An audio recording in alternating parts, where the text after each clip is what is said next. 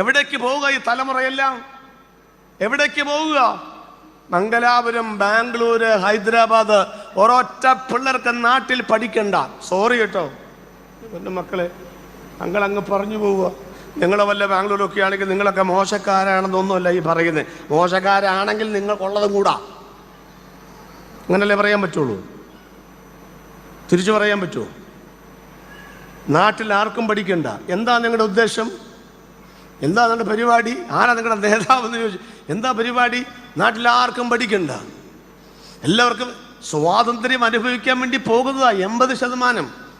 കെട്ടുപൊട്ടിക്കാൻ പോകുന്നത്. ഇവിടെ ആകുമ്പം പള്ളി പോകണമല്ലോ, പ്രാർത്ഥിക്കണമല്ലോ. ഞാൻ ഈ പറയുന്ന ഇന്ത്യയുടെ 28 സംസ്ഥാനങ്ങളിലെ മിക്കവാറും സിറ്റികളിൽ പോയി പ്രസംഗിച്ചിട്ടുണ്ട്. സഭായോഗത്തിൽ പോലും പങ്കെടുക്കാത്ത ദൈവദാസന്മാരുടെ മക്കളുണ്ട് ആ സിറ്റിയിൽ. അറിയാമോ? ലണ്ടൻ സിറ്റിയിൽ രാത്രി 12 മണിക്ക് ചെന്നാൽ കാണാം. ഞാൻ പോയിട്ടുണ്ട് ലണ്ടൻ സിറ്റിയിൽ. അവിടെയൊക്കെ വരുന്ന ബൈക്കിനകത്ത് വരുന്ന പിള്ളേർ, ഞാൻ ബാക്കിയൊന്നും വിവരിക്കുന്നില്ല. ലണ്ടൻകാരും കേൾക്കുന്നുണ്ടാവുമല്ലോ ഈ മീറ്റിംഗ് ഒക്കെ.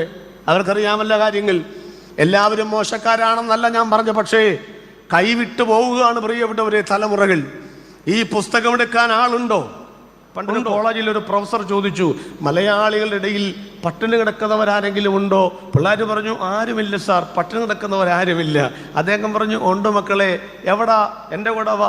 ഈ കല്യാണം നടക്കുന്ന സദസ്സുണ്ടല്ലോ, കല്യാണം നടക്കുന്ന സദസ്സ്, കല്യാണം അങ്ങോട്ട് കഴിഞ്ഞ് താലി കെട്ടലോ കൈപിടിപ്പിലേ കഴിഞ്ഞ് ഭക്ഷണശാല എന്നും പറഞ്ഞൊരു സ്ഥലമുണ്ട്. അവിടേക്ക് നിങ്ങൾ ചെന്ന് നോക്കണം. അപ്പോഴാണ് അതിൻ്റെ ഷട്ടർ തുറക്കുന്നതിന് മുൻപ് ഒരു നേരത്തെ ഭക്ഷണത്തിന് വേണ്ടി ലൈൻ നിൽക്കുന്ന, ഇടിച്ചു നിൽക്കുന്ന, പാൻറ്റും ഷർട്ടും ഇട്ട് ഇൻ ചെയ്ത് കോട്ടും ടൈയൊക്കെ കിട്ടി നിൽക്കുന്ന അന്തസ്സുള്ള കുടുംബത്തിൽ ജനിച്ചവർ ഒരു നേരത്തെ ഭക്ഷണത്തിന് വേണ്ടി ഇങ്ങനെ ക്യൂ നിൽക്കുന്ന ദയനീയമായ കാഴ്ച. ആ ഷട്ടർ അങ്ങോട്ട് തുറക്കുമ്പോഴേക്കും ഇടിച്ചു കയറുന്ന കാഴ്ച, ഇരിക്കുന്നവനെ വരെ മറിച്ചിട്ട് കസേര കയറുന്ന കാഴ്ച ഒക്കെ നമ്മൾ കാണേണ്ട കാര്യമാണ്. അതിലേറെ രസമെന്നാണെന്നറിയാമോ? കൈ കഴുകുന്നൊക്കെ നമുക്കിടെ ഒരു സാമാന്യ മര്യാദയാണ്. കൈ കഴുകിയില്ല എന്ന് കരുതി അങ്ങനെ ആകാശം ഇടിഞ്ഞ് ആടുമൊന്നുമില്ല. അപ്പം ഞാൻ പറയാറുണ്ട്, ഇവർ കൈ കഴുകാറില്ല.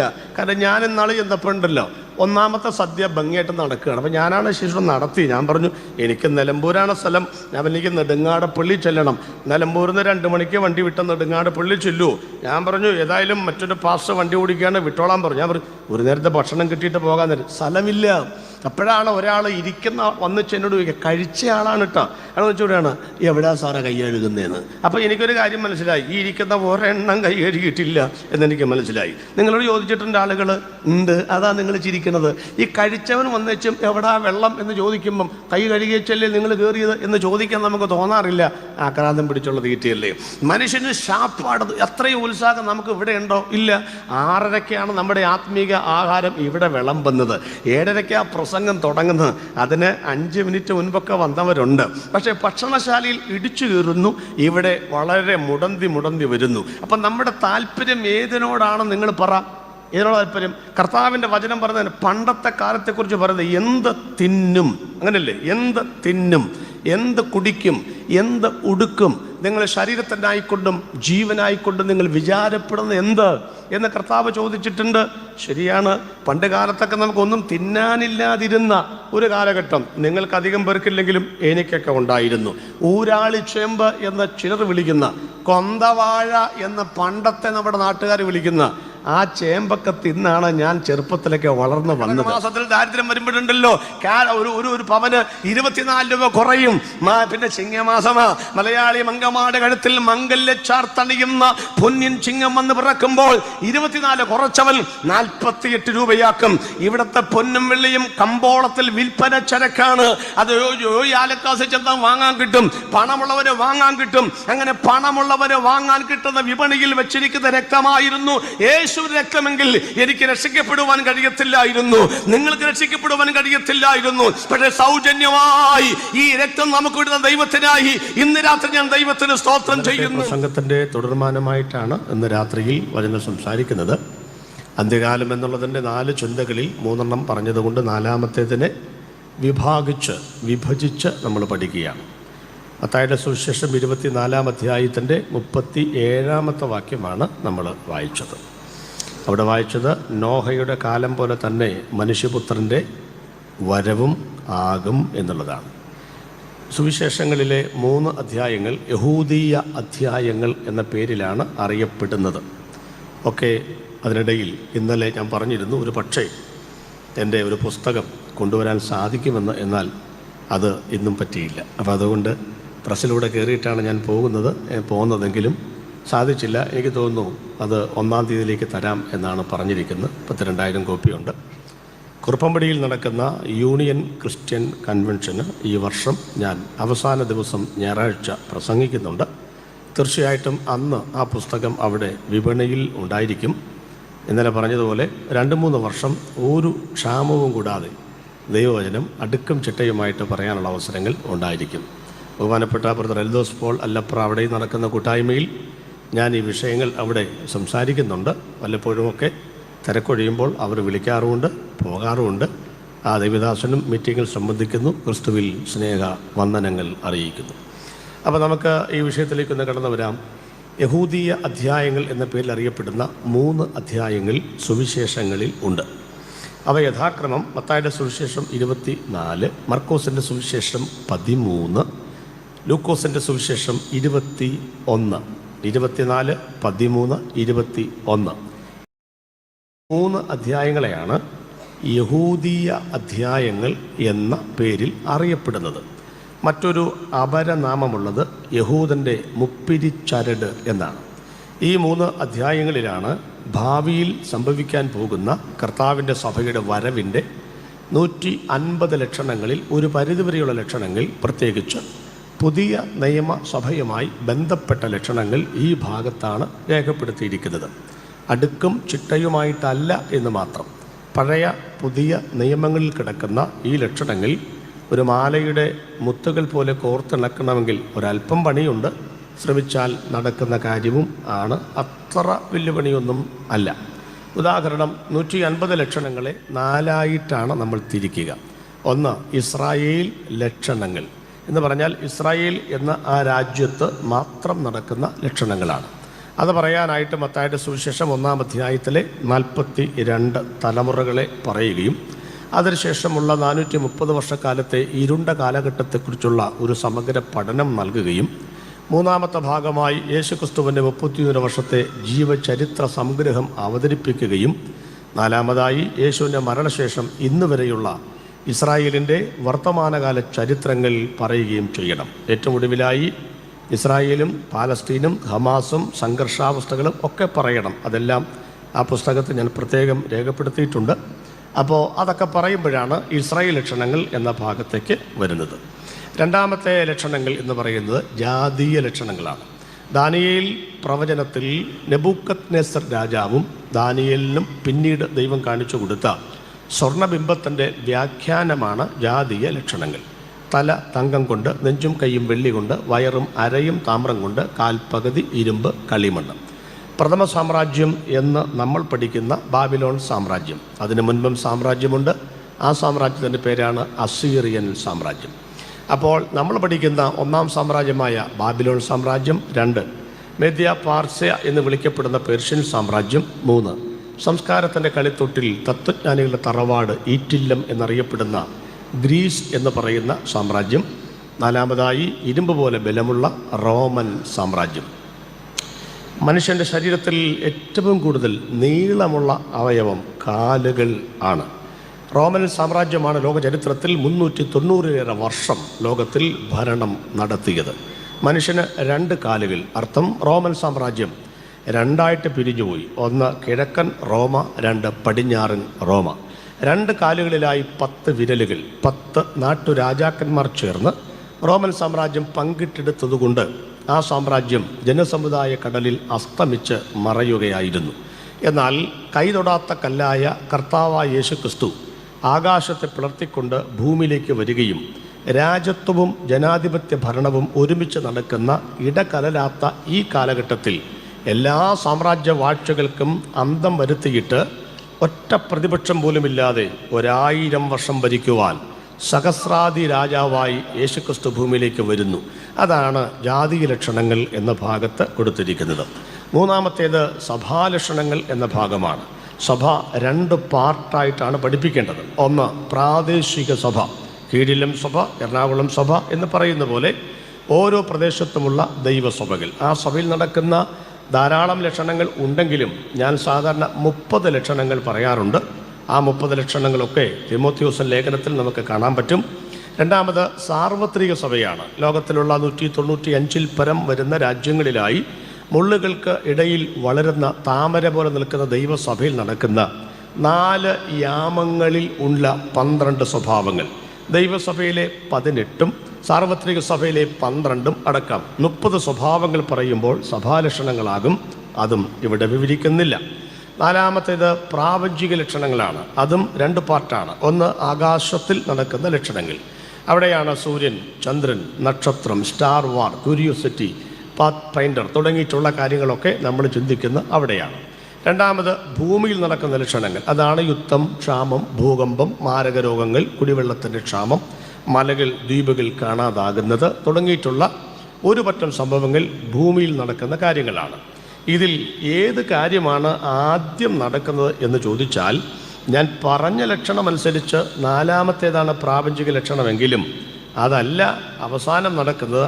ആദ്യം നടക്കുന്നത് ആകാശം, അതായത് പ്രാപഞ്ചിക ലക്ഷണങ്ങളാണ്. ഹഗ്ഗായി പ്രവചനം 2-ാം അധ്യായത്തിൻ്റെ 6ാമത്തെ വാക്യം നമ്മൾ വായിക്കുമ്പോൾ അവിടെ വായിക്കുന്നത്, ഇനി ഞാൻ കുറഞ്ഞൂന്ന് കഴിഞ്ഞിട്ട് ആകാശത്തെ ഇളക്കും, ഭൂമിയെ ഇളക്കും, കടലിനെ ഇളക്കും, കരയെ ഇളക്കും, സകല ജാതികളുടെയും മനോഹര വസ്തു വരികയും ചെയ്യും. അപ്പം 4 കൂട്ടരെയും ഇളക്കുന്നത് എന്തിനാണെന്ന് മനസ്സിലായല്ലോ. പണ്ട് കാലത്തൊക്കെ നമ്മുടെ അമ്മച്ചിമാർ തൈരിനകത്ത് കടക്കോൽ ഇട്ടിങ്ങനെ ഇളക്കുമായിരുന്നു. 10ാം ക്ലാസ്സിൽ പരീക്ഷ എഴുതുന്ന പിള്ളേർ ബക്കറ്റിനകത്ത് കാലും ഇറക്കി വെച്ച് ഉറങ്ങാതിരുന്ന് പഠിക്കുമ്പോഴാണ് അമ്മച്ചിയുടെ കളകളാ ശബ്ദം കേൾക്കുന്നത്. അമ്മച്ചിക്ക് വേറെ പണിയൊന്നുമില്ലേ എന്ന് ചോദിക്കും. അമ്മച്ചി പറയും, മക്കളെ, ഇത് ചുമ്മാ ശബ്ദം ഉണ്ടാക്കാൻ വേണ്ടി ഇളക്കുന്നതല്ല. ഇതിനകത്ത് തൈരുണ്ട്, ഇതിനകത്ത് മോരുണ്ട്, ഇതിനകത്ത് നെയ്യ്, വെണ്ണയുണ്ട്, ഇതിനകത്ത് ആർക്കും വേണ്ടാത്ത പിശറായി കിടക്കുന്ന വെള്ളവുമുണ്ട്. ഇങ്ങനെ ഇട്ട് തിരിച്ചാലേ 4 വഴിക്ക് തിരിയൂ. ആകാശ ലക്ഷണങ്ങൾ, പ്രാപഞ്ചിക ലക്ഷണങ്ങൾ, സഭാലക്ഷണങ്ങൾ, ഈ 4 ലക്ഷണങ്ങളും 150 ലക്ഷണങ്ങൾ ആകുന്ന കടകോൽ ഇട്ട് സർവശക്തനായ ദൈവം തമ്പുരാൻ ഇളക്കി കഴിയുമ്പോൾ ഇവിടെ 2 ഭാഗത്തേക്കായി പലതും വേർതിരിയപ്പെടും. ചെമ്മരിയാടുകളും കുഞ്ഞാടുകളും വേർതിരിക്കപ്പെടും. നന്മയും തിന്മയും, സ്വർഗവും നരകവും, ഇരുളും വെളിച്ചവും, ദൈവവും പിശാചുമൊക്കെ 2 ഭാഗത്തേക്ക് മാറ്റപ്പെടും. പകരം ഇവിടെ ഒരു സംഭവം ഉദയം ചെയ്യും. സകല ജാതികളുടെയും മനോഹര വസ്തു ഇവിടെ വരികയും ചെയ്യും. ഏതാണ് സകല ജാതികളുടെയും മനോഹര വസ്തു? വന്യവയോധികനായ ശിമയോൻ യേശു കർത്താവിനെ കയ്യിൽ എടുത്തിട്ട് ആകാശത്തിലേക്ക് നോക്കി ആത്മഗതം എന്ന വണ്ണം ഇങ്ങനെ പറഞ്ഞു, ഇപ്പോൾ നാഥ, അടിയനെ സമാധാനത്തോടെ പറഞ്ഞയക്കണം. ഇസ്രായേലിൻ്റെ മഹത്വവും സകല ജാതികൾക്കും വേണ്ടി ഒരുക്കിയിരിക്കുന്ന നിന്റെ രക്ഷയെ എൻ്റെ കണ്ണ് കണ്ടുവല്ലോ. ഏതാണ് സകല ജാതിയിലെ മനോഹര വസ്തു? ജാതി, മത, വർഗ, വർണ്ണ, കുലീന, കുലഹീന, ആര്യ, ചണ്ടാല, ശക, ദാസ, ബർബരാദി, വൈകൃതങ്ങൾ ഭേദമന്യേ ലക്ഷപ്രഭുവിനും ലക്ഷം വീട്ടിൽ താമസിക്കുന്നവനും കോടീശ്വരനും ഒരു ഓണക്കോടി ഉടുക്കുവാൻ പണമില്ലാത്തവനും കറുത്തവനും വെളുത്തവനും അമേരിക്കക്കാരനും ആഫ്രിക്കക്കാരനും അടിമയ്ക്കും ഉടമയ്ക്കും തൊഴിലാളിക്കും മുതലാളിക്കും സ്ഥലക്കുല വ്യത്യാസമില്ലാതെ ഒരൊറ്റ ദൈവമുണ്ടെങ്കിൽ ആ ദൈവം നമ്മൾ കരമുയർത്തിപ്പറയുന്ന ആകാശത്തിൻ്റെ കീഴിൽ ഭൂമിക്ക് മുകളിൽ രക്ഷയ്ക്കായി നൽകപ്പെട്ട യേശുക്രിസ്തുവിൻ്റെ നാമം മാത്രമാണെന്ന് വിശ്വസിക്കുന്നവർ കരമൊന്നുയർത്തിക്കൊണ്ട് കർത്താവിന് സ്തോത്രം ചെയ്യണം. ആ യേശു ഈ ഭൂമിയിൽ തിരിച്ചു വരും. പ്രിയപ്പെട്ടവരെ, ആദ്യം പറഞ്ഞ വാക്ക് വീണ്ടും പറയുന്നു, ഒറ്റ പ്രതിപക്ഷം പോലുമില്ലാതെ 1000 വർഷം യെരൂശലേമിൽ കസേരയിട്ട യേശു ഭരിക്കും. ആ ഭരണത്തിൽ നമ്മൾ പങ്കാളികളാകും. അതോർക്കുമ്പോൾ ഞാൻ ദൈവത്തിന് സ്തോത്രം ചെയ്യുകയാണ്. അനേക കൊടിക്കൂറകളുടെ നിറം മങ്ങിക്കഴിഞ്ഞു. അതുകൊണ്ട് കൊടിയുടെ നിറം മങ്ങാത്ത ഒരു സുവിശേഷത്തിൻ്റെ കൊടി ലോകത്തിൽ നിന്നും പാറിപ്പറിച്ച് കളിച്ചുകൊണ്ടിരിക്കുകയാണ്. ഈ ഭാഗത്തേക്ക് വരാം. അതിൽ നോഹയുടെ കാലം എന്ന് പറയുന്നത് സഭയുമായി ബന്ധപ്പെട്ട സഭാലക്ഷണങ്ങളുമായിട്ട് ബന്ധപ്പെട്ട ഒരു ലക്ഷണമാണ്. ആ ലക്ഷണത്തിലേക്കാണ് വരുന്നത്. നോഹയുടെ കാലം പോലെ തന്നെ മനുഷ്യപുത്രൻ്റെ വരവും ആകും. നോഹയുടെ കാലഘട്ടത്തിൽ എന്താണ് സംഭവിച്ചതെന്ന് അവിടെ വ്യക്തമായി രേഖപ്പെടുത്തിയിട്ടുണ്ട്. എന്താണ്? ജലപ്രളയം വരുന്ന നാൾ വരെ, അങ്ങനെയാണ്. തൊട്ട് താഴോട്ട് വായിക്കുമ്പോൾ അറിയാം, ജലപ്രളയം വന്ന സമയം വരെ അവരറിഞ്ഞില്ല ഒരു കാര്യവും. അവരെന്ത് ചെയ്തു? 4 കാര്യങ്ങളാണ് അവിടെ നമ്മൾക്ക് പഠിക്കാനുള്ളത്. അതിൽ 2 കാര്യങ്ങൾ അവിടെ രേഖപ്പെടുത്തിയിട്ടുണ്ട്. 2 കാര്യങ്ങൾ ചിന്തകൾക്ക് ചിന്തേറിട്ട് തീ പിടിപ്പിച്ച് പറയുകയാണ്. ഒന്നാമത്തെ കാര്യം, അവിടെ എഴുതിയിരിക്കുന്ന 2 കാര്യത്തിൽ ഒന്നാമത്തെ കാര്യം, വിറ്റും നട്ടും തിന്നും കുടിച്ചും പോന്നു. നോഹയുടെ കാലഘട്ടത്തിൻ്റെ 4 പ്രത്യേകതകൾ. ഒന്നാമത്തെ പ്രത്യേകത എന്താണ്? വിറ്റും നട്ടും തിന്നും കുടിച്ചും പോന്നു, ഒന്നാമത്തെ പ്രത്യേകത. രണ്ടാമത്തെ പ്രത്യേകത വിവാഹം കഴിച്ചും വിവാഹത്തിന് കൊടുത്തും പോന്നു. അതൊക്കെ വലിയ പ്രത്യേകതകളാണോ എന്നാണ് നമ്മൾ ചിന്തിക്കുന്നത്. ഈ 4 അതാണ് വലിയ പ്രത്യേകത എന്നാണ് ഞാൻ പറയുന്നത്. അപ്പോൾ വിവാഹത്തിന് കൊടുത്തും വിവാഹം കഴിച്ചും പോന്നു, രണ്ടാമത്തെ പ്രത്യേകത. മൂന്നാമത്തെ പ്രത്യേകത അവിടെ രേഖപ്പെടുത്തിയിട്ടില്ല, ഇവിടെ ഞാൻ രേഖപ്പെടുത്തുകയാണ്. നോഹ പ്രസംഗിച്ചത് 100-ലേറെ വർഷമാണെന്ന് കണക്കാക്കപ്പെട്ടിട്ടുണ്ട്. പക്ഷേ ഒറ്റ മനുഷ്യൻ രക്ഷിക്കപ്പെട്ടില്ല. അതാ ഈ പ്രസംഗത്തിൻ്റെ പ്രത്യേകത. ഉണ്ട്, ഒറ്റ മനുഷ്യൻ രക്ഷിക്കപ്പെട്ടിട്ടില്ല. അതാണ് നോഹയുടെ കാലഘട്ടത്തിൻ്റെ പ്രസംഗത്തിൻ്റെ പ്രത്യേകത. ആർക്കും ആത്മീകം വേണ്ട, അത് മാത്രം ഛർദ്ദിച്ചു കളയും, ബാക്കിയെല്ലാം വെട്ടി വിഴുങ്ങുകയും ചെയ്യും. അങ്ങനത്തെ ഒരു കാലഘട്ടം വരും, മനസ്സിലാക്കിക്കൊള്ളം. ഇത് അന്ത്യകാലമാണ്. 4-മത്തെ കാര്യം കൂടെ പറയുമ്പോൾ പ്രസംഗത്തിൻ്റെ അവസാനത്തെ കുത്തിടും. പെട്ടകത്തിൻ്റെ വാതിൽ യഹോവ അടച്ചു. അതുകൊണ്ട് കൃപയുടെ സുവിശേഷത്തിൻ്റെ വാതിൽ അടയാൻ പോകുന്നു. ഇനി അധികം കാലങ്ങളില്ല. വിശ്വസിക്കുന്നവരാ കരമൊന്നുയർത്തി കർത്താവിന് സ്തോത്രം ചെയ്യണം. എൻ്റെയൊക്കെ സുവിശേഷ പ്രഭാഷണത്തിൻ്റെ ആരംഭകാലം മുതലേ കേൾക്കുന്നതാണ്, ലോകമാകും കപ്പലിതാ താഴുവാൻ തുടങ്ങുന്നേ, സോദരരെ ഓടി വന്നാൽ നിങ്ങൾക്കും പ്രവേശിക്കാം. കപ്പലിൽ ഉറങ്ങിടുന്ന യോനയെപ്പോലുള്ളവരെ കർത്താവ് ഇപ്പോൾ വന്നിടും എന്നൊക്കെ പറഞ്ഞുള്ള പണ്ടത്തെ പാട്ടുകൾ ഇപ്പോഴാരും പാടാറില്ല. ഞാനതൊക്കെ പാടാറുണ്ട്. പിന്നെ ഇത്രയും അനുഗ്രഹിക്കപ്പെട്ടൊരു കൊയറ് ഇങ്ങനെ പിറകിൽ പെട്ടെന്ന് സ്വർഗീയ സംഘത്തിൻ്റെ ഒരു സൈന്യം എന്നൊക്കെ പറഞ്ഞതുപോലെ ഒരു സൈന്യം നിൽക്കുന്നത് കൊണ്ടാണ് ഞാൻ അതിനകത്തൊന്നും തിരിയാത്തത്. ഈ സൈന്യത്തെ കാണുമ്പോൾ എൻ്റെ ഓർമ്മ വരുന്ന യേശുക്രിസ്തുവിൻ്റെ ജനന ദിവസമാണ്. ദൂതന്മാരുടെ എണ്ണം നിങ്ങൾക്കറിയാമല്ലോ, 1000 1000, 10,000 10,000. ദൈവത്തിൻ്റെ രഥങ്ങൾ കോടി ആകുന്നു എന്ന് പറഞ്ഞാൽ ആയിരക്കണക്കിന് ഉള്ള ഒരു ബറ്റാലിയനുണ്ട്, 10,000 10,000 ഉള്ള ഒരു ബറ്റാലിയനുണ്ട്, കോടികൾ ഉള്ള ഒരു ബറ്റാലിയനുണ്ട്. ദൂതന്മാർ 6 സെക്ഷനാണ്. ദൈവത്തെ ആരാധിക്കുന്നവരുണ്ട്, ഗായക സംഘമുണ്ട്, മരണസമയം നമ്മെ സ്വീകരിക്കുന്നവർ ഉണ്ട്, ദൈവത്തിന് വേണ്ടി പടക്കളത്തിൽ ഇറങ്ങി യുദ്ധം ചെയ്യുന്നവരുണ്ട്, മിലിറ്ററിയുടെ ഫോഴ്സ് ഉണ്ട്. ഇങ്ങനെ 6 വിഭാഗമുണ്ട്. അതിൽ ഒരു വിഭാഗമാണ് ഗായക സംഘം. യഹൂദൻ്റെ നാട്ടിൽ ഒരു കുട്ടി ജനിച്ചാൽ അവർ ഗായക സംഘത്തെ വെച്ച് പാട്ട് പാടുന്നൊരു പതിവുണ്ടെന്ന് ഞാൻ പുസ്തകത്തിൽ വായിച്ചിട്ടുണ്ട്. പെൺകുട്ടികളാണെങ്കിൽ അങ്ങനെ വലിയ പാട്ടൊന്നുമില്ല, അവർക്കുമില്ല നമുക്കുമില്ല. നമുക്ക് ഈ പെൺപിള്ളേരൊക്കെ ജനിച്ചു എന്ന് അറിഞ്ഞു കഴിഞ്ഞാൽ പിന്നെ പാട്ടൊന്നുമില്ല, അതോടുകൂടെ ഉള്ള പാട്ടൊക്കെ പോവുകയാണ് ചെയ്യുന്നത്. ആകട്ടെ എനിക്ക് 2 പെൺപിള്ളേരാണ്. ഞാൻ ദൈവത്തോട് പ്രാർത്ഥിച്ചു, കർത്താവ് 2 പെൺകുട്ടികളെ തരണമേന്നും പറഞ്ഞ് പ്രാർത്ഥിച്ചു. അങ്ങനെ 2 പെൺപിള്ളേരെ തരികയും ചെയ്തു. വളരെ സന്തോഷം. ഇപ്പോൾ തോന്നുന്നുണ്ട് ഒരു 5 എണ്ണത്തെ ചോദിക്കാമായിരുന്നുവെന്ന്. കാലം കഴിഞ്ഞു പോയതുകൊണ്ട് അങ്ങോട്ടേക്ക് തിരിയുന്നില്ല. സത്യത്തിൽ പെൺ പിള്ളേരല്ല, പൊൻ പിള്ളേരാണെന്നാണ് ഞാൻ പറയുന്നത്. എൻ്റെ ഒത്തിരി തെളിവുകൾ എൻ്റെ തന്നെ ജീവിതത്തിലുണ്ട്. രാത്രി 10 മണിക്കും 10:30ക്കും 2 പേരും വിളിക്കും. 2 പേരെയും കല്യാണം കഴിപ്പിച്ച് വിട്ടു. അവർ വിളിച്ചിട്ട് പറയും, പപ്പ കിടക്കാൻ പോവുകയാണ്, എന്തെങ്കിലും വിശേഷമുണ്ടോ? ഇല്ല. ഉമ്മ തരാൻ വേണ്ടിയിട്ടായി വിളിക്കുന്നത്. ഫോണിൽ കൂടെ ഉമ്മ വെച്ചാൽ 8ാമത്തെ ആക്കേ ഉമ്മ കിട്ടത്തുള്ളൂ എന്നുള്ളത് അവർക്കറിയത്തില്ല. ഞാൻ പറഞ്ഞു കൊടുത്തു, മക്കളെ നിങ്ങൾ തരുന്നത് ഉമ്മ 7 പ്രാവശ്യം ആ 7 പേർക്ക് കിട്ടിയച്ചാൽ എനിക്ക് കിട്ടുന്നത്, എന്നാൽ 8ാമത് പപ്പയ്ക്ക് കിട്ടിയല്ലോ. മൂത്തവളോട് ഞാൻ പറഞ്ഞു, എടി നിനക്കിപ്പോൾ ഒരു കൊച്ചായില്ലേ, ഭർത്താവില്ലേ, ഇനി പകുതി എനിക്ക് തരണ്ട, അങ്ങേർക്കും പിള്ളേർക്ക് കൂടുതൽ കിടന്നുറങ്ങ്. അപ്പോൾ അവൾ എന്നോട് പറയാ, കൈസർക്കുള്ളത് കൈസർക്ക്, ദൈവത്തിനുള്ളത് ദൈവത്തിന്. വളരെ സന്തോഷം. എന്തെങ്കിലും ആകട്ടെ, പിള്ളേരെക്കുറിച്ചുള്ള കമൻറ്റുകൾ അവിടെ ഞാൻ തൽക്കാലം നിർത്തുകയാണ്. അപ്പം അങ്ങനെ ഈ പെൺപിള്ളേർ ജനിച്ചാൽ വലിയ പാട്ടൊന്നുമില്ല. ആൺപിള്ളേർ ജനിച്ചാൽ ഭയങ്കര കൊയറാണ്. യഹൂദൻ്റെയൊക്കെ കൊയറെന്ന് പറയുന്നത് നമ്മുടെ വയനാട് ബോങ്കയൊക്കെ വരുന്ന പോലെ 251, 101 ഇങ്ങനെയൊക്കെ കൊയറാണ്. ഇവിടെയും 10-17 പേരൊക്കെ ഉണ്ട്. സെൻട്രൽ കൺവെൻഷൻ ആയതുകൊണ്ടായിരിക്കും കോറം തികഞ്ഞിട്ടുള്ള ഒരു മനോഹരമായ കൊയറാണ്. പക്ഷേ മൂലകം സൃഷ്ടിച്ച സർവശക്തനായ ദൈവം നമ്പുരാൻ 3 പതിറ്റാണ്ട് ലോകത്തെ ഒന്ന് ഉറ്റുനോക്കുവാൻ ഒരു വിസിറ്റിങ്ങിന് വേണ്ടി വന്നപ്പോൾ ജനിച്ചത് കല്ലടാവിൽ, കൊണ്ടുവന്നത് വടിയമ്പലത്തിൽ. കിടക്കാൻ സ്ഥലമില്ലാത്തതുകൊണ്ട് പശുത്തൊട്ടിയിൽ കിടത്തി. ആര് പാട്ടുപാടാൻ?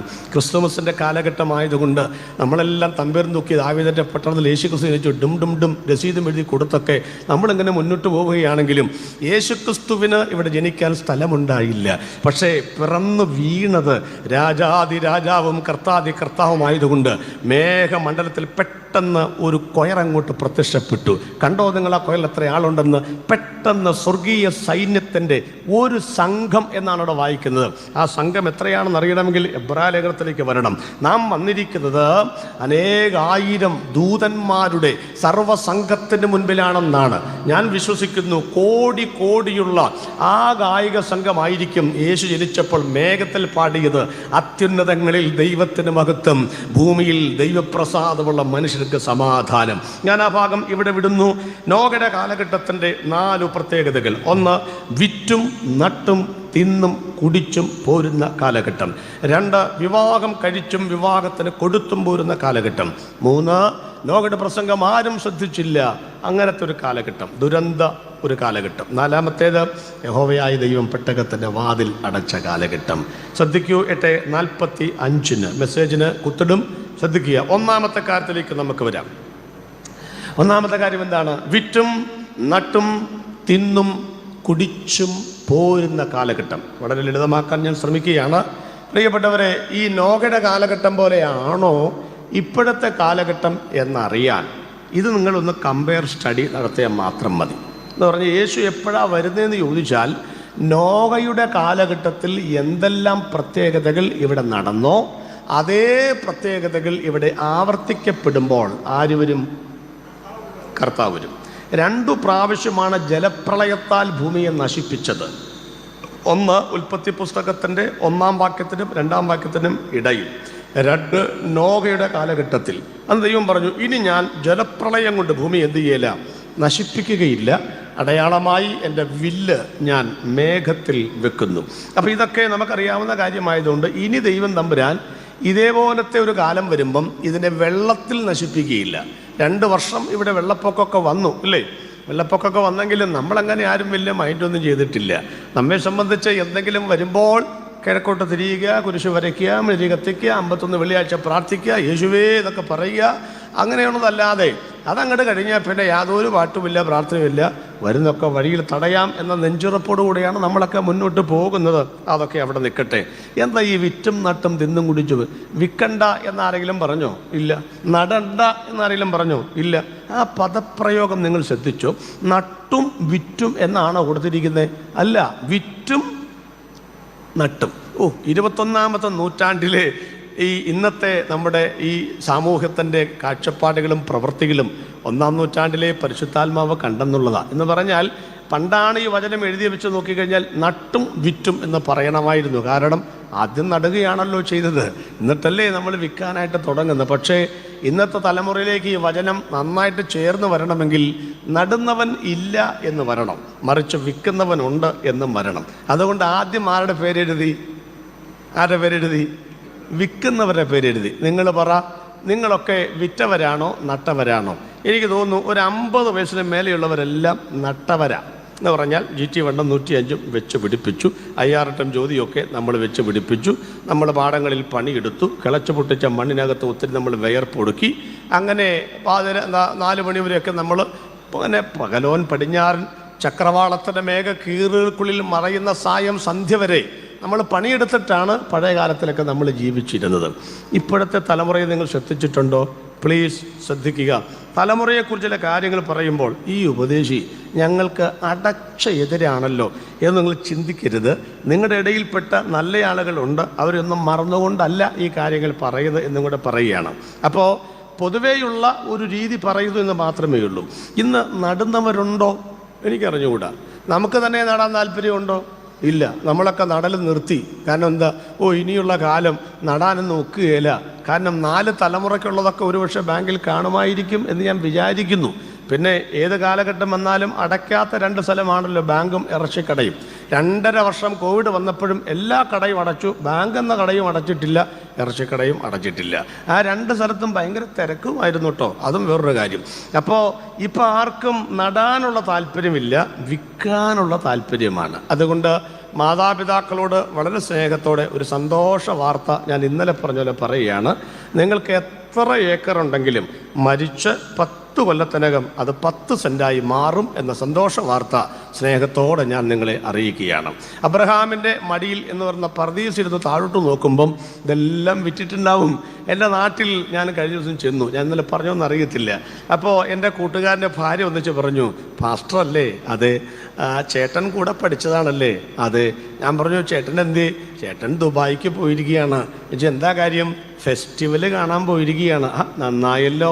കാരണം അങ്ങനെ തെക്ക് വടക്ക് നടന്ന ഒരാൾ ദുബായിലെ ഫെസ്റ്റിവലൊക്കെ കാണാൻ പോകാമെന്ന് പറഞ്ഞാൽ കഠിനാധ്വാനിയായിട്ട് മാറിയല്ലോ എന്നാണ് ഞാൻ പറഞ്ഞത്. പക്ഷേ പറഞ്ഞു, എൻ്റെ പാസ്റ്ററേ അതൊന്നുമല്ല കാര്യം. അങ്ങോട്ട് നോക്കിക്കേ, ഞാൻ സ്ഥലത്തിൻ്റെ കൃത്യ പ്ലേസ് പറയുന്നില്ല, കാരണം നിങ്ങളൊക്കെ വേങ്ങൂർക്കാരുള്ളത് കൊണ്ടാണ്. പറഞ്ഞു, അതേ ആ പ്ലേസ് കണ്ടോ? കണ്ടു. ആ 2 നില കെട്ടിടം കണ്ടോ? കണ്ടു. ആ 10 സെറ്റ് ഞങ്ങളുടെ ആയിരുന്നു. അത് വിറ്റേച്ചാണ് ചേട്ടൻ ദുബായ് ഫെസ്റ്റിവൽ കാണാൻ പോയിരിക്കുന്നത്. സന്തോഷം. കണ്ടോ?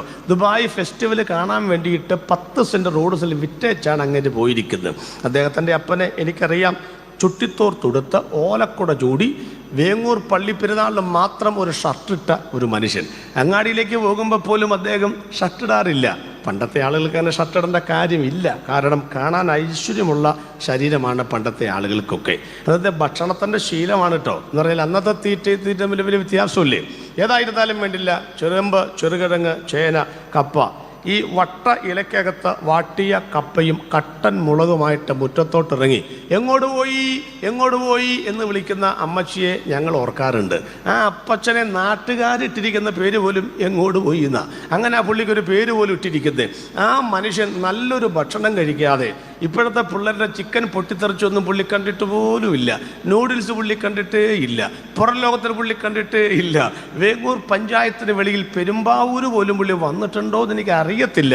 പക്ഷേ ഒരു കാര്യം ഓർത്തോളണം, ഈ പിശുക്കൻ്റെ മക്കൾ മറക്കണ്ട, മനസ്സിൽ കുറിച്ചിട്ടോ, പിശുക്കന്മാരുടെ മക്കൾ ധാരാളിയാകും. ആരും സ്വോത്രമൊന്നും പറയുന്നില്ല. എന്താ പിന്നെ തിരിച്ചു പറയാം, ധാരാളിയുടെ മക്കൾ ആരാകും? ധാരാളിയുടെ മക്കൾ ആരാകും? നിങ്ങൾ തിരിച്ചാ പറയുന്നത് എനിക്കറിയാം. ഞാൻ അങ്ങനെയൊന്നും അല്ല പറയുന്നത്. ഞാൻ ഈ നാട്ടിൽ കുഴപ്പമില്ലാത്തൊരു ഭാഷ പറയണോ വേണ്ടയോ? വേണ്ട, കാരണം ഇതൊക്കെ ഈ ലോകം മുഴുവൻ പോകുന്ന കാര്യമായതുകൊണ്ട് ധാരാളിയുടെ മക്കൾ ആരാകുമെന്നും പറഞ്ഞു നിൽക്കാൻ ഞാൻ താല്പര്യപ്പെടുന്നില്ല. ഒരു കാര്യം ഉറപ്പാണ്, പിശുക്കൻ്റെ മക്കൾ ധാരാളിയാകും, ധാരാളിയുടെ മക്കൾ മറ്റെന്തെങ്കിലുമൊക്കെയാകും.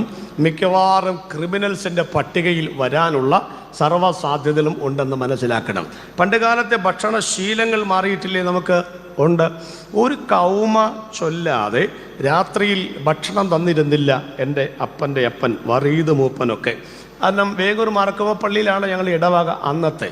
അവിടെ ചെന്ന് കുർബാന കഴിച്ച് തിരിച്ച് മുടക്കുഴ വരെ നടന്നു പോകുമ്പോൾ വറീദ് മൂപ്പനോട് ആരും വർത്തമാനം പറയാറില്ല. കാരണം കുർബാന കഴിച്ച വാഗുണ്ട് അദ്ദേഹം വർത്തമാനം പറയാറില്ല, നിലത്ത് തുപ്പാറില്ല. ചിലതൊക്കെ അന്യായമായി തോന്നിയാലും അതിനകത്തുള്ള ഭക്തിയെ നമുക്ക് മറികടക്കാൻ പറ്റില്ല എന്നുള്ള കാര്യം മാത്രമേ ഞാൻ പറയുന്നുള്ളൂ. അതുകൊണ്ട് ഞങ്ങളൊക്കെ സന്ധ്യാപ്രാർത്ഥന എത്തിക്കുക എന്നാണ് പറയുന്നത്. കാരണം അത് മര്യാദയ്ക്ക് കൊണ്ട് മുട്ടിക്കുകയല്ല, എത്തിക്കുക എന്നാണ്. അപ്പനെങ്ങനെ ഉറക്കം തൂങ്ങുകയാണെങ്കിൽ 2 വരിയൊക്കെ ചാടി കടന്നിട്ടാണ് ആ ഒരു കൗമ ഞങ്ങളങ്ങോട്ട് ഒപ്പിച്ചെടുക്കുന്നത്. ആകട്ടെ അങ്ങനത്തെ ഒരു കാലഘട്ടം ഉണ്ടായിരുന്നില്ലേ? അന്നൊക്കെ നമ്മുടെ ഈ കൂട്ടായ്മക്കാർക്കൊക്കെ ആളുകളുടെ പാട്ട് പോലും ഇട്ടിരുന്നു, കപ്പയും കഞ്ഞിയും തീർക്കുവാൻ ഒത്തിരി പേര് അത് കപ്പ എന്ന് പറയുന്ന സാധനം ഉണ്ടല്ലോ, നമ്മുടെ മെയിനായിട്ടുള്ള ഭക്ഷണശീലങ്ങളിൽ ഒന്നായിരുന്നു. സത്യത്തിൽ ആ കാലഘട്ടമൊക്കെ മാറിയില്ലേ? ഇപ്പം നമ്മുടെ യോഗം നടക്കുമ്പോൾ ശ്രദ്ധിച്ചിട്ടുണ്ടോ? നമ്മുടെ യോഗങ്ങളിൽ ഇപ്പോൾ ആത്മീക സദ്യയേക്കാൾ ഇഷ്ടം ആളുകൾക്ക് ഭൗതിക ഭക്ഷണമാണ്. അതാണ് ഈ പറയുന്നത്. പണ്ട് കാലത്തൊക്കെ ആളുകൾ തിന്നാനും കുടിക്കാനും കളിക്കാനും ഇരുന്നു എഴുന്നേറ്റു എന്നൊക്കെ പറയുന്ന അതേ സിസ്റ്റമാണ് ഇപ്പോൾ ആത്മീക രംഗത്തേക്ക് വന്നിരിക്കുന്നത്.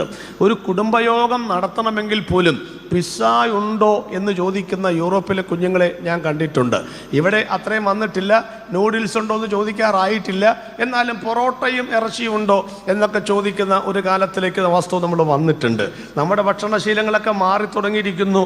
70 കൊല്ലം വരെ ജീവിക്കുമ്പോൾ ഏതാണ്ട് 120 ചാക്ക് അരിയുടെ ഭക്ഷണമാണ് ഒരാൾ കഴിക്കേണ്ടത്.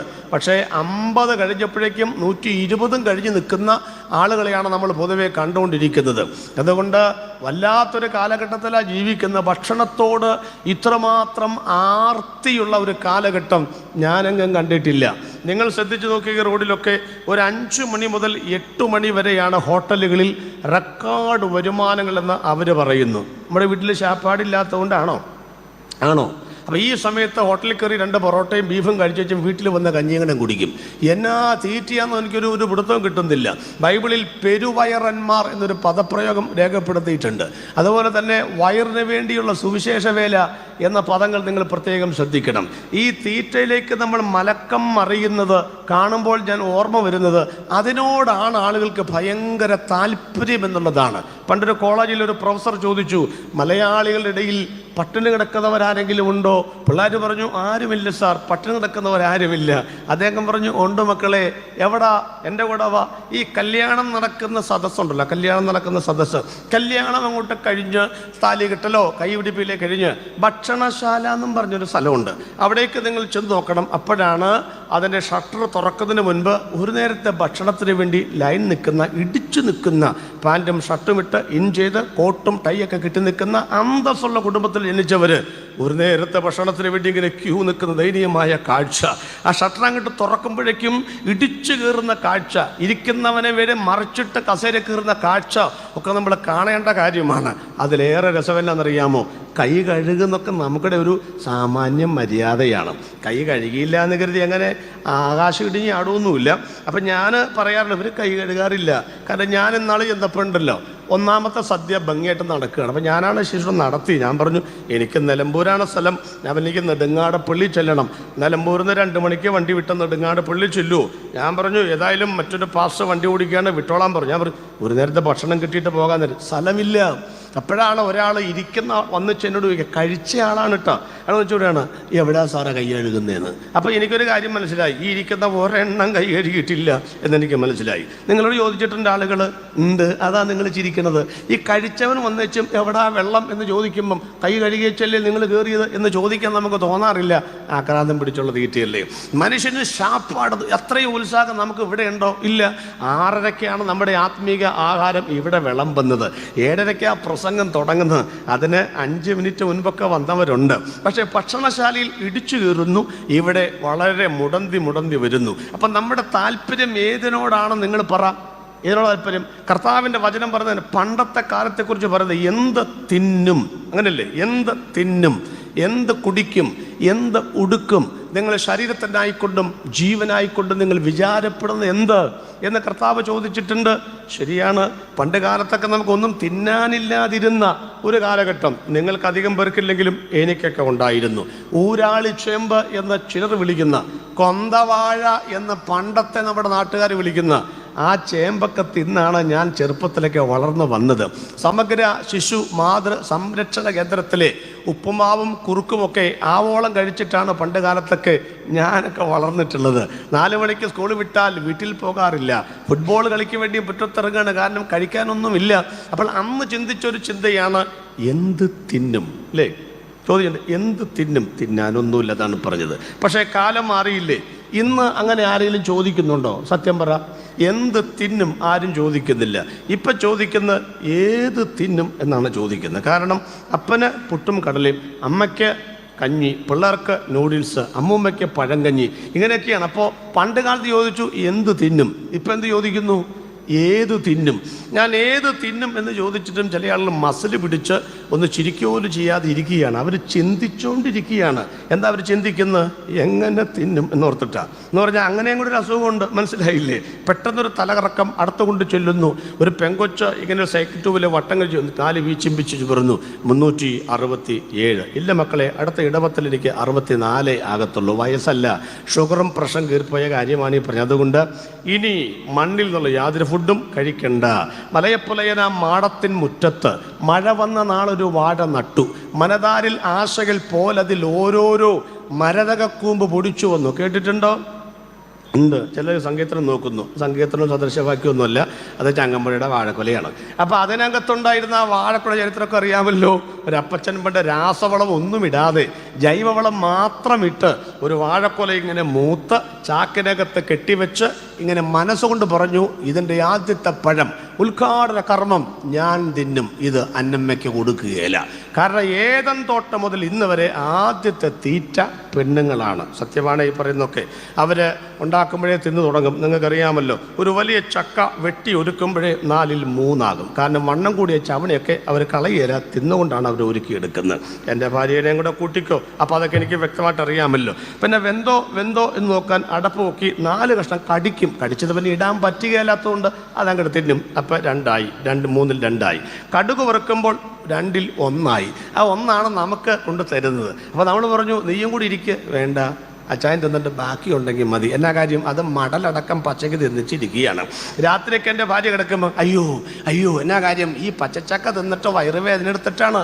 അപ്പോൾ ഇവരൊക്കെ അന്ന് പോലെ ആദ്യത്തെ. അപ്പോൾ അപ്പച്ചൻ വിചാരിച്ചു, ഇതിൻ്റെ പഴം ഞാൻ അമ്മക്ക് കൊടുക്കുകയില്ല, ഞാൻ തിന്നും. കൈയിട്ട് ഞെക്കിയപ്പോൾ പഴുത്തു എന്ന് മനസ്സിലായി. പക്ഷെ തിന്നാൻ പാടില്ല. അതുകൊണ്ട് ഈ പഴം ഏറെ കൊണ്ടുവന്ന് കടയിൽ കൊണ്ടുകൊടുത്ത് 150 രൂപ കൊടുക്കുന്നു. പിന്നെ എനിക്കും അന്നാമയ്ക്കും തിന്നാൻ പറ്റിയ സാധനം കടക്കാർ ഈ ട്യൂബ്ലൈറ്റ് കണക്കെ കെട്ടിത്തൂക്കിയിട്ടിട്ടുണ്ട്. വാഴപ്പിണ്ടി എന്നാണ് മലയാളത്തിൽ പറയുന്നത്. അപ്പോൾ അതൊരു 8 കിലോ മേടിച്ച് നമ്മൾ പുഴുങ്ങി തിന്നും. നിങ്ങൾക്ക് വല്ലതും മനസ്സിലായോ? ഒരു കാലത്ത് തിന്നാൻ ഉണ്ടായിരുന്നില്ല, ഇപ്പോൾ തിന്നാനുണ്ട്. പക്ഷെ തിന്നാൻ പാടില്ലാത്ത ഒരവസ്ഥ മനുഷ്യർക്ക് വന്നിരിക്കുകയാണ്. അപ്പോൾ എന്ത് തിന്നും, എന്ത് ഉടുക്കും, ഇതൊക്കെ മനുഷ്യൻ ചിന്തിച്ചുകൊണ്ടിരിക്കുന്നൊരു കാലമാണെന്നായി പറഞ്ഞതിൻ്റെ അർത്ഥം.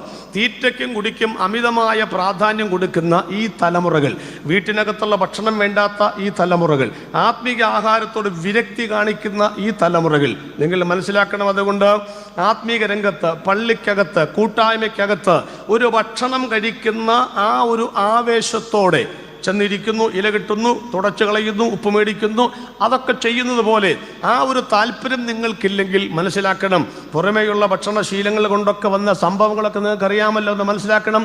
ഫാസ്റ്റ് ഫുഡിൻ്റെ സംസ്കാരത്തിലേക്ക് ലോകം നീങ്ങുമ്പോൾ വചനം പറയുകയാണ്, വിറ്റും നട്ടും തിന്നും കുടിച്ചും പോരുന്ന കാലഘട്ടമാണ്. തീറ്റയ്ക്കും കുടിക്കും വേണ്ടിയിട്ടൊക്കെ ഇതൊക്കെ വിറ്റ് കളയുന്ന ഒരു കാലം എന്ന് പറഞ്ഞാൽ ഒട്ടും അതിനകത്ത് അതിശയോക്തിയില്ല. ഞാൻ ആ ഭാഗം ചുരുക്കിയിട്ട് 2ാമത്തെ ഭാഗത്തേക്ക് കിടക്കാൻ താല്പര്യപ്പെടുകയാണ്. വിവാഹം കഴിച്ചും വിവാഹത്തിന് കൊടുത്തും പോന്നു. അല്ല സാറേ, കല്യാണം കഴിക്കുന്നതിൽ കുഴപ്പമുണ്ടോ? എന്താ കുഴപ്പം? വിവാഹം എല്ലാവർക്കും മാന്യമാണ്, കിടക്ക നിർമ്മലമാണ്. പക്ഷേ നോഹയുടെ കാലഘട്ടത്തിൽ സംഭവിച്ച സംഭവം എന്താണെന്നറിയാൻ ഉൽപ്പത്തി പുസ്തകം 6-ാം അധ്യായത്തിൻ്റെ 1-ാമത്തെ വാക്യത്തിലേക്ക് വരണം. നിങ്ങൾ എടുക്കുകയൊന്നും വേണ്ട, അവിടെ ഇരുന്നേച്ചാൽ മതി. അവിടെ പറയുന്നത് ഭൂമിയിൽ മനുഷ്യൻ പെരുകി തുടങ്ങി എന്നാണ്. അപ്പോൾ സംഭവിച്ചൊരു കാര്യം അറിയാമോ? ദൈവത്തിൻ്റെ പുത്രന്മാർ മനുഷ്യരുടെ പുത്രിമാരെ സൗന്ദര്യമുള്ളവരെന്ന് കണ്ടിട്ട് അവർക്ക് ബോധിച്ചവരെ അവർ ഭാര്യമാരായി എടുത്തു. പ്രത്യക്ഷത്തിൽ ഒറ്റ നോട്ടത്തിൽ ഒരപാകതയില്ല എന്ന് തോന്നുമെങ്കിലും അത് വൻ അപകടമായി മാറി. ആ പാപത്തിൻ്റെ പെരുകൽ കണ്ടതുകൊണ്ടാണ് ഞാനിനി ഭൂമിയെ വെച്ചേക്കില്ല എന്ന് ദൈവം തീരുമാനിച്ചതും പ്രളയം അങ്ങോട്ട് വരാനുള്ള കാരണവും. എന്താണ് അതിനകത്തുള്ള ഗ്രാമർ മിസ്റ്റേക്ക് എന്ന് പറയുന്നത്? അവിടെ പറയുന്ന വ്യാഖ്യാനങ്ങൾ ധാരാളമുണ്ട്. ദൈവത്തിൻ്റെ പുത്രന്മാർ എന്ന് പറയുന്നത് ദൂതന്മാരാണെന്ന് വ്യാഖ്യാനിക്കുന്ന ഒരു പറ്റം വ്യാഖ്യാതാക്കൾ ഉണ്ട്. ഞാനത് അംഗീകരിച്ചിട്ടില്ല. ഞാനവിടെ പറയുന്നത് ദൈവ മക്കൾ എന്ന് പറഞ്ഞാൽ യഹോവയെ അനുസരിച്ച് ജീവിച്ച ഒരു പറ്റം ആളുകൾ, അവരെയാണ് ഇവിടെ ദൈവത്തിൻ്റെ മക്കൾ എന്ന് വിശേഷിപ്പിക്കപ്പെട്ടിരിക്കുന്നത്. അതിന് 8 കാരണങ്ങൾ ഞാൻ നിരത്താം. പക്ഷേ ഇപ്പോൾ അതിൻ്റെ സമയമല്ലാത്തതുകൊണ്ട് 8 കാരണങ്ങൾ നിരത്തുന്നില്ല. ദൂതന്മാരെക്കുറിച്ച് ഞാൻ 10-15 ക്ലാസ്സുകൾ എടുക്കാറുണ്ട്. എൻ്റെ അടുത്ത പുസ്തകവും ദൂതശാസ്ത്രത്തെക്കുറിച്ചാണ്. അതിൽ ഒരു കാര്യം പറയാം, അവർക്കവിടെ വിവാഹമൊന്നുമില്ല, അവർക്കവിടെ വംശവർദ്ധനവിനുള്ള കഴിവില്ല. എന്താ കാര്യം എന്നറിയാമോ? കർത്താവ് പറഞ്ഞു, വിവാഹം സ്വർഗത്തിലില്ല, കാരണം നാം എല്ലാവരും ദൂതന്മാരെ പോലെയാകുന്നു. അപ്പോൾ അവർക്ക് വിവാഹം കഴിക്കാനൊക്കത്തില്ല, വംശവർദ്ധനവിനുള്ള കഴിവില്ല എന്ന് വചനം വ്യക്തമായി രേഖപ്പെടുത്തിയത് കൊണ്ട് ഉൽപ്പത്തി പുസ്തകം 6-ാം അധ്യായത്തിൻ്റെ 1-ാമത്തെ വാക്യത്തിൽ കാണുന്ന ദൈവത്തിൻ്റെ പുത്രന്മാർ ദൂതന്മാരല്ല എന്ന് നിസ്സംശയം പറയുവാൻ കഴിയും. അപ്പോൾ അതിനർത്ഥം രക്ഷിക്കപ്പെടാത്തവർ, നമ്മുടെ ഭാഷയിലേക്ക് വരാം, രക്ഷിക്കപ്പെടാത്തവർ, യഹോവയെ അറിയാത്തവർ, യേശുവിനെ അറിയാത്തവർ, അറിഞ്ഞവരും തമ്മിലുള്ള ഒരു സമ്മിശ്ര വിവാഹത്തിൻ്റെ ദുസ്സൂചനയാണ് നമ്മൾ അവിടെ കാണുന്നത്. ഇത്രയും മനസ്സിലായല്ലോ. നമുക്കിനി ഇന്നത്തെ സാഹചര്യത്തിലേക്ക് വരാം.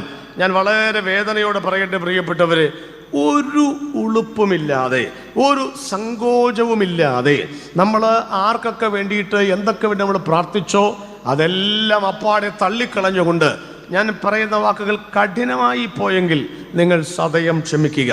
ഒരപ്പൻ്റെ പ്രായമുള്ള ഞാൻ എൻ്റെ ഹൃദയത്തിൻ്റെ വേദന പങ്കുവെക്കുകയാണ് ഈ മീറ്റിങ്ങിനകത്ത്. ഈ ഇടയെല്ലാം ഞാൻ യുവജനങ്ങൾക്ക് ക്ലാസ് എടുക്കുവാൻ വേണ്ടിയിട്ടൊക്കെ പോകുന്ന സമയത്ത് അപൂർവങ്ങളിൽ അപൂർവമെന്ന് പണ്ട് കാലത്ത് വിചാരിച്ചിരുന്ന ധാരാളം കാര്യങ്ങൾ ഇപ്പോൾ നിത്യസംഭവങ്ങളായി മാറിക്കൊണ്ടിരിക്കുകയാണ്. രക്ഷിക്കപ്പെട്ട ആളുകൾ രക്ഷിക്കപ്പെടാത്തവരെ കല്യാണം കഴിക്കുന്ന ഒരപകടത്തെക്കുറിച്ചാണ് ഞാൻ ഈ പറഞ്ഞു വരുന്നത്. ഞാൻ വിദേശ രാജ്യങ്ങളൊക്കെ സന്ദർശിച്ചപ്പോൾ എന്നോട് ഒരു യൂത്തിൻ്റെ പിള്ളേർ, കുറച്ച് പെൺപിള്ളേർ ഒരുമിച്ച് വന്ന് ചോദിച്ചു, കറുത്തവർഗക്കാരനെ കല്യാണം കഴിക്കുന്നതിൽ ഭാഷയ്ക്ക് വിരോധമുണ്ടോ? ഞാൻ പറഞ്ഞു, ഞാനല്ലല്ലോ കഴിക്കുന്നേ, നിങ്ങളല്ലല്ലേ കഴിക്കുന്നേ, നിങ്ങൾ കഴിച്ചോ. അല്ല, നിറം കറുത്തതായി പോയതുകൊണ്ട് വിരോധമുണ്ടോ? ഞാൻ പറഞ്ഞു, ഇല്ല, ഞാൻ കറുത്തതാ, എനിക്ക് വെളുത്ത പെൺപിള്ളയാണ് കിട്ടിയിരിക്കുന്നത്, നിങ്ങൾ കല്യാണം കഴിച്ചോളാൻ പറഞ്ഞു. അതല്ല ഭാഷയെ പറയുന്നത്. കറുത്തവർഗക്കാരെന്ന് പറഞ്ഞാൽ രക്ഷിക്കപ്പെടാത്തവരെ കല്യാണം കഴിക്കുന്നതിൽ വിരോധമുണ്ടോ? പറഞ്ഞു, വിരോധമുണ്ട്. വിരോധമില്ലേ? ഞാൻ പറഞ്ഞു, വിരോധമുണ്ട്. നിങ്ങൾ ഏത് പാശ്ചാത്യ രാജ്യത്ത് താമസിച്ചാലും പൗരസ്ത്യ രാജ്യത്ത് താമസിച്ചാലും വേദപുസ്തകത്തിന് ലഭിക്കുന്ന മാറ്റമില്ലാട്ടോ പ്രിയപ്പെട്ടവരെ. വിശ്വാസിലെ പിതാവ് അബ്രഹാമാണ്. അബ്രഹാമിന് ഒരു കുഞ്ഞുണ്ടായി വലുതായപ്പോൾ അബ്രഹാം തൻ്റെ ദാസനായ എലയാസാറിനെ വിളിച്ച് തൻ്റെ തുടയിൽ കൈവച്ച് സത്യം ചെയ്യിപ്പിച്ച് പറഞ്ഞൊരു കാര്യമുണ്ട്, സ്വജാതിയിൽ നിന്നല്ലാതെ എൻ്റെ മകൻ നീ പെണ്ണെടുക്കരുത്, എൻ്റെ മരണശേഷമാണത് സംഭവിക്കുന്നെങ്കിൽ പോലും അങ്ങനെ ചെയ്യരുത് എന്ന് പറഞ്ഞ് ആ പിതാവിൻ്റെ പൈതൃകം കാത്തു സൂക്ഷിക്കുവാൻ നമുക്ക് ബാധ്യതയുണ്ട്. ഇന്നത് താളം തെറ്റിക്കിടക്കുന്ന ഒരു കാഴ്ചയാം.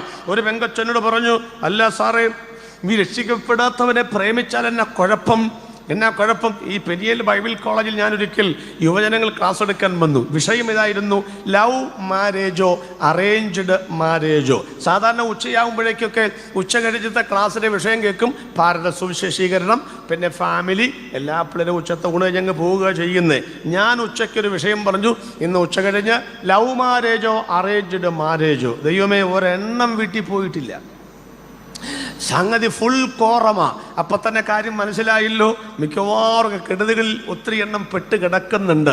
അതിൽ ഒരാളൊരു ചോദ്യം ചോദിച്ചു, സാറേ, ഞാൻ ഒരാളെ അങ്ങോട്ട് പ്രേമിച്ച് അയാളെയും കൂടെ ആ ആത്മാവിനെയും കൂടെ രക്ഷപ്പെടുത്താമല്ലോ എന്നൊരു കൊച്ചു പറഞ്ഞപ്പോൾ അവളുടെ ആത്മഭാരം ഓർത്ത് എൻ്റെ ചങ്ക് ഇളകിപ്പോയി. വാസ്തവത്തിൽ എന്ന് പറഞ്ഞാൽ അവനെയും കൂടെ രക്ഷപ്പെടുത്താമല്ലോ. ഞാൻ പറഞ്ഞു, എൻ്റെ പൊന്നു കൊച്ചേ, ഈ കാട്ടാന കുഴിയിൽ കയറിയാൽ കാട്ടുപോത്തിന് ബലമുണ്ടെങ്കിലും കയറ്റാനൊക്കുകയില്ല. ഈ ആനയെ കയറ്റാൻ ആന തന്നെ ചെല്ലണം. നിന്റെ പ്രേമലേഖനത്തിന് ഒരാളെ നരകത്തിൽ നിന്ന് വിടുവിക്കുവാൻ കഴിയുമായിരുന്നു എങ്കിൽ സ്വർഗീയത്തിൻ്റെ മഹിമകൾ വിടിഞ്ഞ് താണഭൂമിയിൽ യേശുക്രിസ്തു വന്ന് മരിക്കേണ്ട കാര്യം എന്തായിരുന്നു കുഞ്ഞെ? മരണത്തിൻ്റെ പാശങ്ങൾ അറുക്കാൻ കഴിയുന്നത് മനുഷ്യൻ്റെ സൗഹൃദമായ ലവ് ലെറ്റർ കൊണ്ടല്ല, ചങ്കലെ ചോര കൊണ്ട് എഴുതിയ ദൈവത്തിൻ്റെ വചനം കൊണ്ടാണെന്ന് തലമുറകളോട് സ്നേഹത്തോടെ ഞാൻ അഭ്യർത്ഥിക്കുകയാണ്. അനവധി ബൈബിൾ കോളേജ് ഞാൻ അധ്യാപകനായിരുന്നു, ഇപ്പോഴും ഉണ്ട്. 10 ബൈബിൾ കോളേജിൽ ഞാൻ ദൈവവചനം പഠിപ്പിച്ചിട്ടുണ്ട്, ഇപ്പോഴും പഠിപ്പിക്കുന്നു. അടക്കമുള്ളവർക്കൊക്കെ പഠിപ്പിക്കുന്നുണ്ട്. ഒരു കാര്യം നിങ്ങൾ ഓർത്തോളാം, ഞാൻ കൊല്ലത്ത് എല്ലുമ്പോഴുണ്ടല്ലോ, അവിടെ ഞങ്ങളുടെ ഇന്ത്യ ക്രിസ്ത്യൻ ബൈബിൾ കോളേജിൽ മിടുമിടുക്കിയായിരുന്ന കലാതിലകമായിട്ടൊരു പെങ്കൊച്ച് എൻ്റെ പ്രസംഗം കേൾക്കാൻ വന്നു. അവൾ എളിയിൽ 2 കുട്ടികളുണ്ട്. പ്രസംഗം കഴിയുമ്പോൾ ഞാൻ പറഞ്ഞു, അല്ല, നീ ഇവിടെയാണോ വന്നിരിക്കുന്നത്? എന്താണ്, ഭർത്താവ് സുവിശേഷ വേലയാണോ? കാരണം കലാതിലകമാണ് ബൈബിൾ കോളേജിലെ. പറഞ്ഞു, അല്ല സാർ. പറഞ്ഞുകൊണ്ടിരിക്കുമ്പം ഒരുത്തൻ സൈക്കിളിൽ ബെല്ലടിച്ചു. നോക്കിയപ്പം സൈക്കിളിൻ്റെ പിൻസീലിരുന്ന് വീഡിയോ വലിച്ചുകൊണ്ടിരിക്കുന്ന ഒരുത്തൻ പറഞ്ഞു, വരാറായില്ലേടി എന്ന് ചോദിച്ചു. ഞാൻ പറഞ്ഞു, അതാരാ? അത് കെട്ടിയവനാ. അല്ല, വീഡിയോ വലിക്കുന്നുണ്ട്. അതൊക്കെ പിന്നെ പറയാം. അവൾ കരഞ്ഞുകൊണ്ട് പോയി. കരഞ്ഞുകൊണ്ട് പോകുമ്പോഴും തിരിഞ്ഞു നോക്കിയിട്ട് ആ കണ്ണുകൾ ഈറനണിയുന്നത് ഞാൻ കണ്ടിരുന്നു. വാസ്തവത്തിൽ ഏതോ ലവ് മാരേജ് പെട്ടതാ പ്രിയപ്പെട്ടവരെ. ലവ് മാരേജ് തെറ്റാണോ കുറ്റമാണോ എന്ന് ചോദിച്ചാൽ അതിൻ്റെ 10 നെഗറ്റീവും 10 പോസിറ്റീവും ഞാൻ പറയാം. അതിനുശേഷം ആ 20 കാര്യവും കേട്ടിട്ട് നിങ്ങൾക്കൊരു തീരുമാനമെടുക്കാം. അതൊക്കെ ഈ കൺവെൻഷന് പറ്റത്തില്ലല്ലോ. ഞാൻ പറഞ്ഞു വരുന്ന സാരം ഇതാണ്, ദൈവത്തിൻ്റെ വചനത്തിൻ്റെ അടിസ്ഥാനത്തിൽ വിശ്വാസി അവിശ്വാസിയുമായി ഇണയില്ലാ പിണ കൂടരുതെന്ന് വചനമുണ്ട്. അതുകൊണ്ട് രക്ഷിക്കപ്പെട്ട ദൈവമക്കൾ വേറെ ഒരു ന്യായവും പറഞ്ഞ് UK പോകാൻ, കാനഡയിലേക്ക് പോകാൻ, ചെക്കൻ അമേരിക്കയിൽ എന്നൊക്കെ പറഞ്ഞ് അപകടത്തിൽ ചെന്ന് പെടരുത് എന്ന് വളരെ സ്നേഹത്തോടെ ഞാൻ ഓർപ്പിച്ചുണർത്തുകയാണ്. ദൈവദാസന്മാരുടെ മക്കൾ ഹിന്ദുക്കളായ ആളുകളെ കല്യാണം കഴിക്കുന്നു, നമ്മുടെ കുഞ്ഞുങ്ങൾ മുസ്ലിങ്ങളായ കല്യാണം കഴിക്കുന്നു. ആ ജാതി മതത്തെയൊന്നും ഞാൻ അധിക്ഷേപിച്ചതല്ല. ദൈവത്തിൻ്റെ വചനം പറയുന്നത് നമുക്ക് നമ്മുടെ വിശ്വാസവുമായി ചേരാത്തവരുമായി ജീവിതം പങ്കിടുവാൻ വചനം ഒരിക്കലും അനുശാസിക്കുന്നില്ല. അങ്ങനെ നിങ്ങൾ ചെയ്താൽ അതൊരു ദുരന്തമായി മാറാനുള്ള സാധ്യത 90% ഓർക്കണം. കർത്താവായ യേശുക്രിസ്തു 2000 വർഷങ്ങൾക്ക് മുൻപ് 220 പൗണ്ട് തൂക്കം വരുന്ന, 8 അടി നീളം 4 അടി വീതി വരുന്ന ഒരു പച്ച പൈൻമര കുരിശുമായി പീലാത്തോസിന്റെ കൽത്തളം മുതൽ കാൽവറി വരെ വെച്ചും വിറങ്ങലിച്ചും വീണും എഴുന്നേറ്റും കടന്നു പോകുമ്പോൾ യെരൂശലേം പുത്രിമാർ അവന് പിറകെ ചെന്നു. യേശു തിരിഞ്ഞുകിട്ട് പറഞ്ഞു, യെരൂശലേം പുത്രിമാരെ. എന്താണ് യെരൂശലേം? ഇരേ പ്ലസ് ശാലേം സമം യെരൂശലേം. ഇരേ ദൈവം കരുതിക്കൊള്ളും, ശാലേം സമാധാനം. ദൈവം കരുതിക്കൊള്ളുമെന്ന് കരുതി സമാധാനത്തോടെ ജീവിക്കുന്ന യെരൂശലേം പുത്രിമാരെ, നിങ്ങൾ എന്നെ ചൊല്ലി കരയണ്ട. ആരെ ഓർത്ത് കരയണം? നിങ്ങളെ ഓർത്ത് കരയണം. നിങ്ങൾ ബഹുവചനമാണ്. നീ നിന്റെ ഭർത്താവിന് വേണ്ടി കരയണം. ഭർത്താക്കന്മാരെ, നിങ്ങൾ ഭാര്യമാർക്കും വേണ്ടി കരയണം. അടുത്തത്, നിങ്ങൾ നിങ്ങളുടെ മക്കൾക്ക് വേണ്ടി കരയണം. നിങ്ങൾ വേദപുസ്തകം തലങ്ങും വിലങ്ങും വായിച്ചു നോക്കിക്കോ. ഒരൊറ്റ മക്കളോടും വചനം പറഞ്ഞിട്ടില്ല മാതാപിതാക്കൾക്ക് വേണ്ടി പ്രാർത്ഥിപ്പീരെന്ന്. പറഞ്ഞിട്ടുണ്ടോ? നിങ്ങൾ നിങ്ങളുടെ മാതാപിതാക്കന്മാർക്ക് വേണ്ടി പ്രാർത്ഥിക്കുന്ന ഒരു സ്ഥലത്തും പറഞ്ഞിട്ടില്ല. പറഞ്ഞുള്ളത് അവരെ ബഹുമാനിക്കണമെന്ന് പറഞ്ഞിട്ടുണ്ട്, അവരെ അനുസരിക്കണം എന്ന് പറഞ്ഞിട്ടുണ്ട്. മക്കളോട് മാതാപിതാക്കൾക്ക് വേണ്ടി പ്രാർത്ഥിക്കാൻ പറഞ്ഞിട്ടില്ല. മറിച്ച് മാതാപിതാക്കളോട് പറഞ്ഞു മക്കൾക്ക് വേണ്ടി പ്രാർത്ഥിക്കണം. എന്താണ് അങ്ങനെ പറയാൻ കാരണമെന്നറിയാമോ പ്രിയപ്പെട്ടവരെ? നെഞ്ചിൽ കൈവച്ച് അന്തസ്സോടെ അഭിമാനത്തോടെ മക്കൾക്ക് വേണ്ടി പ്രാർത്ഥിക്കുവാൻ അവസരം കിട്ടുമ്പോൾ നിങ്ങൾ അങ്ങനെ ചെയ്തില്ലെങ്കിൽ 2 കരവും തലയിൽ വെച്ച് നിങ്ങൾ അപമാനത്തോടെ പ്രാർത്ഥിക്കുന്ന ഒരു കാലം വരുമെന്ന് കണ്ടുകൊണ്ടാണ് കർത്താവ് പറഞ്ഞത് നിങ്ങൾ നിങ്ങളുടെ കുഞ്ഞുങ്ങൾക്ക് വേണ്ടി പ്രാർത്ഥിക്കുവീൻ. അതിന്റെ ചരിത്രം നിങ്ങൾക്കറിയാമോ? AD 70 തീത്തോസ് കൈസർ യെരൂശലേമിനെ ആക്രമിച്ചപ്പോൾ ലോകത്തിന്റെ 72 രാജ്യങ്ങളിലേക്ക് അവർ ചെതറിപ്പോകുവാനിടയായി. 135 ഹാദ്രിയൻ കൈസറിന്റെ കാലഘട്ടത്തിലും അവർ ചെതറിപ്പോകുവാനിടയായി. അവിടെ നിന്നിങ്ങോട്ട് ഏതാണ്ട് 1914 ഒന്നാം ലോക മഹായുദ്ധം ആരംഭിക്കുന്നവരെ 18 11 മാസം 11-ാം തീയതി 11 മണിക്ക് യുദ്ധപരിസമാപ്തിയിൽ ഒപ്പുവെക്കപ്പെടുന്നവരെ അവന്റെ ചരിത്രം നിങ്ങൾ പഠിച്ചു നോക്കണം പ്രിയപ്പെട്ടവരെ. 1000-ൽ-അധികം വർഷം യഹൂദന്റെ തലമുറകൾ ലോകത്തിലൊഴുക്കിയ കണ്ണുനീരിന്, യഹൂദൻ ലോകത്തിലൊഴുക്കിയ കണ്ണുനീരിന് അന്തമില്ലാത്ത കണ്ണുനീരായിരുന്നു പ്രിയപ്പെട്ടവരെ. യഹൂദന്മാർ പോയ സ്ഥലങ്ങളൊക്കെ നിങ്ങൾക്കറിയാമോ? അവർ പോയ സ്ഥലങ്ങളിലൊക്കെ, ഞാൻ പറയുമ്പോൾ ചരിത്രമാണ് പറയുന്നത്, ആരെയും വേദനിപ്പിക്കാനല്ല പറയുന്നത്. ഇന്ന് ക്രൈസ്തവ സമൂഹത്തിലെ നമ്പർ 1 സഭ എന്നറിയപ്പെടുന്ന ആ സഭ ചെയ്ത കാര്യം എന്നറിയാമോ? അവർ പ്രബലരായി കഴിഞ്ഞപ്പോൾ, കുസ്തിന്ത്യോസ് ചക്രവർത്തിയുടെ മാനസാന്തരം വന്നു കഴിഞ്ഞപ്പോൾ അവിടുത്തെ വീടുകളിൽ, ആരാധനാലയങ്ങളിൽ കുരിശുരൂപങ്ങൾ നിലവിലേക്ക് വരുവാനിടയായി. ആടയാഭരണങ്ങൾ അണിയിച്ചൊരുക്കിയ ആലയങ്ങളും വണ്ണപ്പകിട്ടുള്ള വസ്ത്രങ്ങളുമൊക്കെ സഭയിലേക്ക് കയറി വന്നു. ചെയ്തത്, ഞങ്ങളുടെ യേശുവിനെ നിങ്ങൾ ക്രൂശിച്ചു കൊന്നത് കൊണ്ട് നിങ്ങളെ ഞങ്ങളും ക്രൂശിച്ചു കൊല്ലുമെന്ന് പറഞ്ഞ് ഇവിടുത്തെ ക്രൈസ്തവ സഭയാണ് യഹൂദനെ ആദ്യമായി ഉപദ്രവിച്ചത്. ആ ഉപദ്രവത്തിന്റെ പേരാണ് ഇൻക്യൂസേഷൻ ഓപ്പറേഷൻ. ധാരാളം ഓപ്പറേഷൻ ഉണ്ട്, അതിലൊന്നാണ് ഇൻക്യൂസേഷൻ, കണ്ടെത്തി കൊല്ലുക. ലോകത്തിന്റെ 70-90 രാജ്യങ്ങൾ കിടക്കുന്ന യഹൂദൻ പാർക്കുന്ന സ്ഥലങ്ങൾ വന്നെത്തി യഹൂദന്റെ കുടുംബത്തിലെ കുഞ്ഞുങ്ങളാണെന്ന് മനസ്സിലാക്കി അവനെ കണ്ടെത്തി കൊല്ലുന്ന ഇൻക്യൂസേഷൻ നടപടിക്രമങ്ങൾ ആരംഭിച്ചു. ചുമ്മാതാണോ? പണ്ട് കാലത്ത് ഒരു നേതാവ് മരിക്കുന്നു പറഞ്ഞത് സഭയ്ക്ക് സമൂഹത്തിൽ തെറ്റുപറ്റിയിട്ടുണ്ട്. എന്ത് തെറ്റ്? പരിണാമവാദ സിദ്ധാന്തം ശരിയാണെന്ന് അഭിപ്രായപ്പെട്ടതല്ല, സ്ത്രീകൾക്ക് പൗരോഹിത്യം കൊടുക്കാമെന്ന് അഭിപ്രായപ്പെട്ടതല്ല. പിന്നെ തെറ്റാണ്. യഹൂദന്മാരെ കൊന്നൊടുക്കിയതിന്റെ ഒരു വലിയ ഉത്തരവാദിത്വം ആ ക്രൈസ്തവ സഭയ്ക്ക് അന്നുമുണ്ടായിരുന്നു, ഇന്നുമുണ്ടായിരുന്നു. ഡ്രാഫ്റ്റിംഗ് കേട്ടിട്ടുണ്ടോ? 12 വയസ്സ് കഴിഞ്ഞ് യഹൂദന്റെ മക്കളെ കണ്ടാൽ അവരെ പട്ടാളത്തിലേക്ക് എടുക്കും. എന്തിനാ എടുക്കുന്നത്? എല്ലുറയ്ക്കാത്ത, മാംസപേശികൾ ചലിപ്പിക്കുവാൻ കഴിയാത്ത, 6 പാക്ക് ഇല്ലാത്ത ഈ കുഞ്ഞുങ്ങളെ അവരെടുത്തിട്ടുണ്ടല്ലോ. യുദ്ധം വരുന്ന സമയത്ത് ശീമപ്പത്തൽ കുത്തി നിർത്തിയതുപോലെ ശത്രുരാജ്യങ്ങളെ വെടിയുണ്ട ഏൽക്കുവാൻ മുൻപിൽ അവരെ നിർത്തും. ഈ വെടിയുണ്ടകളൊക്കെ ചീറിപ്പറഞ്ഞ് യഹൂദന്റെ തലമുറകളുടെ നെഞ്ചും കൂടെ പിളർത്തിക്കൊണ്ടാണ് പോകുന്നത്. അന്യന്റെ, ശത്രുവിന്റെ വെടിയുണ്ടകൾ തീരുമ്പോഴാണ്, അനേക യഹൂദ കുഞ്ഞുങ്ങൾ ചിഹ്നിച്ചതിന് കിടക്കുമ്പോഴാണ് ഇവൻ അങ്ങോട്ട് ആക്രമണം തുടങ്ങുന്നത്. അങ്ങനെ 12 വയസ്സുള്ള കുഞ്ഞുങ്ങൾ ഡ്രാഫ്റ്റിംഗ് എന്ന ഓപ്പറേഷനിലൂടെ പട്ടാളത്തിലേക്ക് തിരഞ്ഞെടുക്കപ്പെട്ടു. നിങ്ങൾക്കറിയാമോ? 10 10 വയസ്സ് കഴിഞ്ഞ യഹൂദന്റെ പെൺകുട്ടികൾ, ലോകത്തിൽ ഏറ്റവും കൂടുതൽ സൗന്ദര്യമുള്ളവരാരാണെന്ന് അറിയാമല്ലോ. എൻ്റെ പുസ്തകത്തിൽ യഹൂദന്റെ പ്രത്യേകത 36 എണ്ണം ഞാൻ അടുത്ത് കൊടുത്തിട്ടല്ലോ. ഒന്നാണ് ലോകത്തിൽ ഏറ്റവും കൂടുതൽ സൗന്ദര്യമുള്ളവർ അവരാണ്. അവർ സൗന്ദര്യ മത്സരത്തിൽ പോലും പങ്കെടുക്കാറില്ല. കഴിഞ്ഞ പ്രാവശ്യം അവർ പങ്കെടുത്താൽ വിമർശനങ്ങൾ കേട്ട് കഴിഞ്ഞിരിക്കുകയാണ്. അപ്പോൾ 10 വയസ്സ് കഴിഞ്ഞ പെൺകുട്ടിയെ കണ്ടാൽ ഒരു പുരുഷന് അവളെ ഭോഗിക്കണം എന്ന് തോന്നിയാൽ, അങ്ങനെ ഭോഗിച്ചാൽ അഥവാ ലൈംഗികമായി ഉപയോഗിച്ചാൽ കുറ്റമില്ല എന്ന കിരാത നിയമം ഈ ലോകത്തിൽ ഉണ്ടായിരുന്ന കാലഘട്ടം ഉണ്ടായിരുന്നു എന്ന് ഞാൻ പറയുമ്പോൾ അവരുടെ കുഞ്ഞുങ്ങൾ എത്ര വിഷമിച്ചിട്ടുണ്ട് പ്രിയപ്പെട്ടവരെ. ഇനി ഇവിടെ ഈ വർഷം കുട്ടനാട് മഴ പെയ്തു, നമുക്ക് നെല്ല് കിട്ടിയില്ല, തെങ്ങ് മണ്ടരി ബാധിച്ചു പോയി, ഇവിടെ ആകപ്പാടെ ഇടിയും മിന്നലുമായിരുന്നു, മുഞ്ഞ ബാധിച്ചു. ഇങ്ങനെ ഏതെങ്കിലും ദേശത്തൊക്കെ ദുരന്തമുണ്ടായാൽ ഈ നശിച്ച യഹൂദൻ ഇവിടെ വന്ന് കിടക്കുന്നതുകൊണ്ടാണെന്ന് പറഞ്ഞ് അവന്റെ കുഞ്ഞുങ്ങളെയാണ് അഗ്നിദേവനും മോലേക്കനും ഒക്കെ പ്രതിഷ്ഠയർപ്പിക്കുന്ന പോലെ അഗ്നിപ്രവേശം ചെയ്യിക്കുന്നത്. വെള്ളി കൊണ്ടും താമ്രം കൊണ്ടും ഉണ്ടാക്കിയ കൈത്തണ്ടകളിൽ ഈ കുഞ്ഞിനെ വെച്ച് കൊന്നൊടുക്കിയാണ് യഹൂദനോട് പക വീട്ടിയത്. പ്രിയപ്പെട്ടവര്, നിങ്ങൾക്ക് റോമിനെ കുറിച്ചറിയാം, റഷ്യയെ കുറിച്ചറിയാം. റഷ്യയിലെ സാർ ചക്രവർത്തിമാർ അവരെ പീഡിപ്പിച്ച കാര്യമൊക്കെ നിങ്ങൾക്കറിയാമല്ലോ. അവരുടെ ഓപ്പറേഷന്റെ പേരാണ് പോഗ്രോം എന്ന് പറഞ്ഞാൽ തലകീഴായി ക്രൂശിച്ചു കൊല്ലുക. യേശുക്രിസ്തുവിനെ കൊന്നുകൊണ്ട് തലകീഴായിട്ട് അവരെ ക്രൂശിച്ചു കൊല്ലുക. സ്വിറ്റ്സർലൻഡ് അവരൊക്കെയാണ് ഇവിടെയുള്ള ധാരാളം അതിക്രമങ്ങളൊക്കെ ചെയ്തിട്ടുള്ളത്. ഹിറ്റ്ലറുടെ കാലം നിങ്ങൾക്കറിയാമല്ലോ. യഹൂദന്റെ കൊഴുപ്പെടുത്ത സോപ്പുണ്ടാക്കുന്ന ഈ അതിക്രമങ്ങളൊക്കെ നടന്നിട്ടുള്ളത് ഈ കാലഘട്ടങ്ങളിലൊക്കെയാണ് പ്രിയപ്പെട്ടവരെ. ചുരുക്കത്തിൽ പറഞ്ഞാൽ യഹൂദന് ജീവിക്കാൻ പറ്റാത്ത കാലഘട്ടമുണ്ടായി. അങ്ങനെ 3-ാമത്തെ നൂറ്റാണ്ട് മുതൽ 13-ാമത്തെ നൂറ്റാണ്ട് വരെ 1000 വർഷത്തിൽ ലോകത്തിന്റെ 100-ൽ പരം രാജ്യങ്ങളിൽ യഹൂദൻ പ്രാർത്ഥിച്ചൊരു പ്രാർത്ഥന ഇന്ന് രാത്രിയിൽ അമ്മമാരെങ്കിലും മറന്നു പോകരുത്. ഒരു പെണ്ണ് ഗർഭിണിയാണെന്നറിഞ്ഞാൽ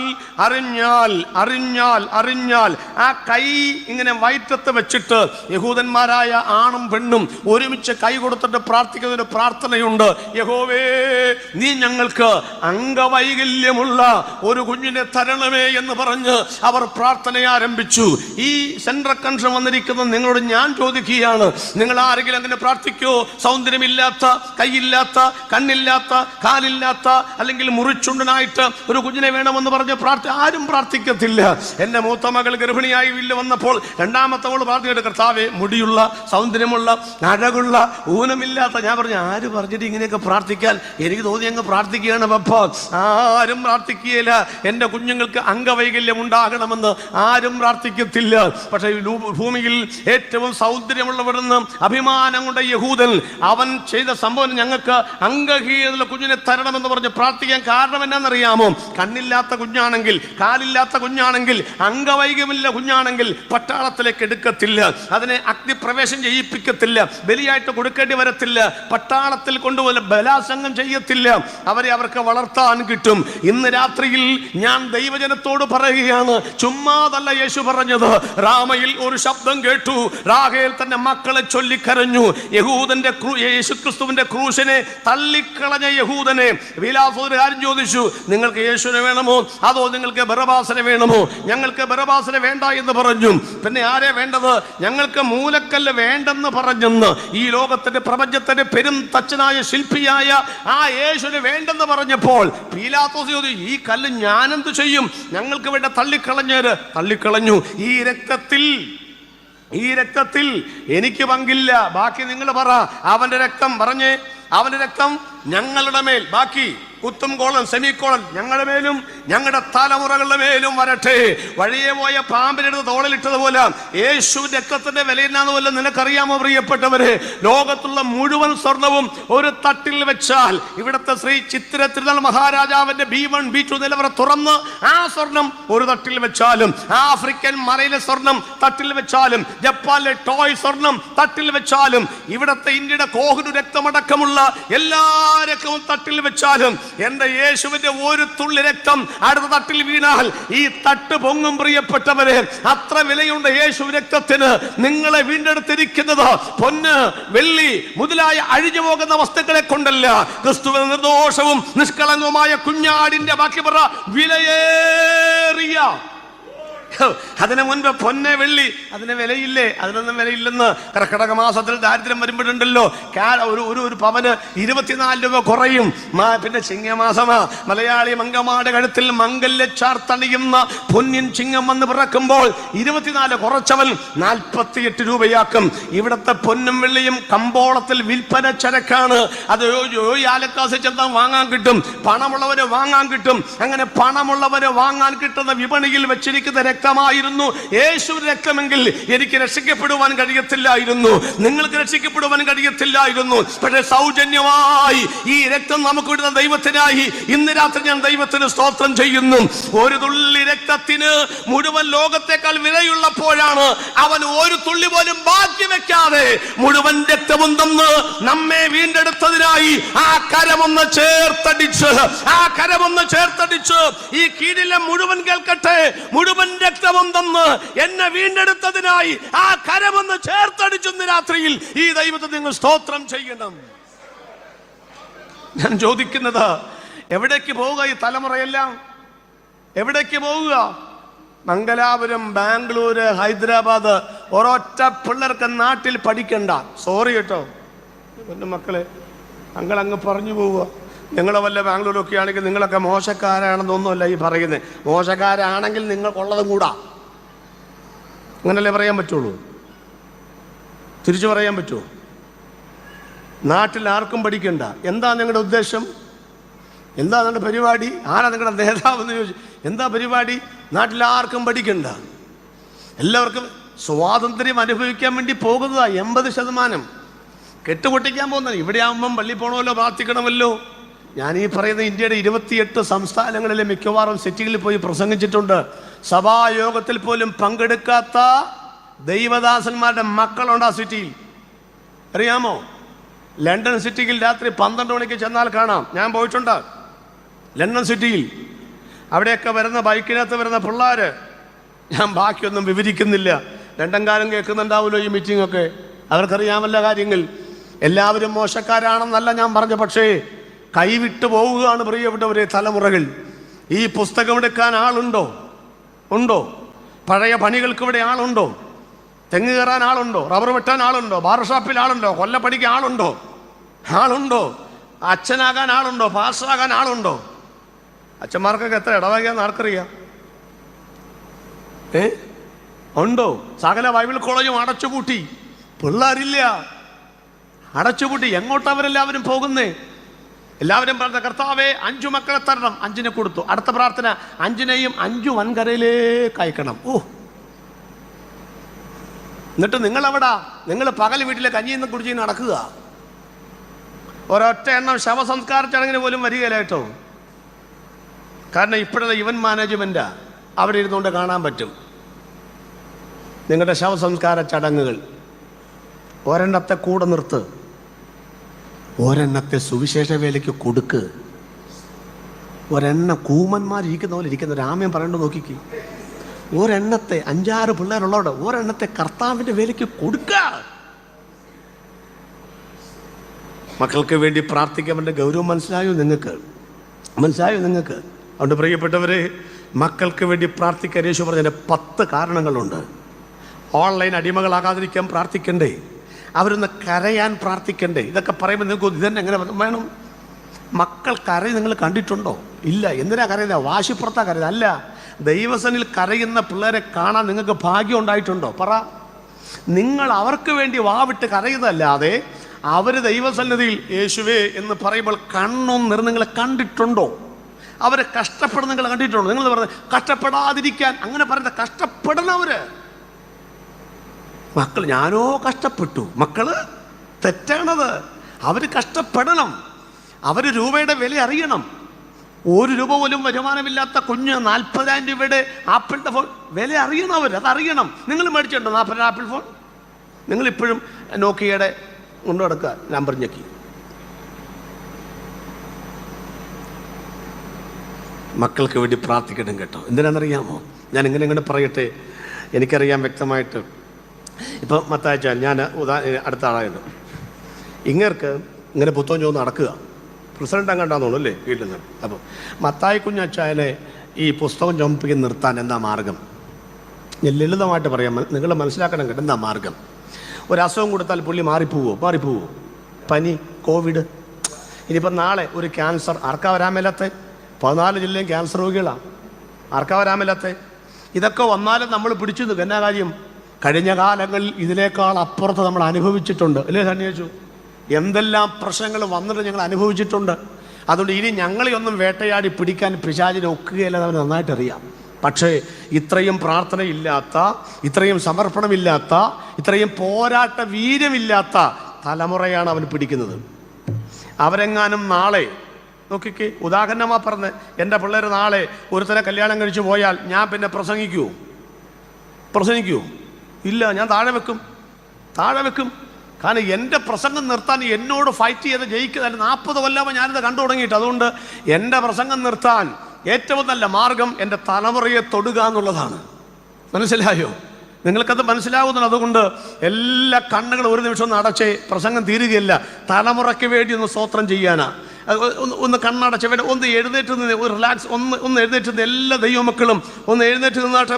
ഒന്നിട്ട് വാ തുറന്ന്, കർത്താവേ, നാളത്തെ പത്രത്തിൽ, നാളത്തെ വർത്തമാന പത്രങ്ങളിൽ എൻ്റെ തലമുറയെക്കുറിച്ചൊരു ദുരന്ത വാർത്ത വരരുത് എന്നാഗ്രഹിക്കുന്നവർ ആ കരമൊന്ന് ചേർത്തടിച്ച് ദൈവത്തിൽ നിന്ന് സ്തോത്രം ചെയ്ത്. പ്രിയപ്പെട്ടവരെ, കല്യാണം കഴിപ്പിച്ച് വിട്ട പിള്ളേർ പോലും ഇവിടെ അനേകരോട് ഓടിപ്പോവുകയാ.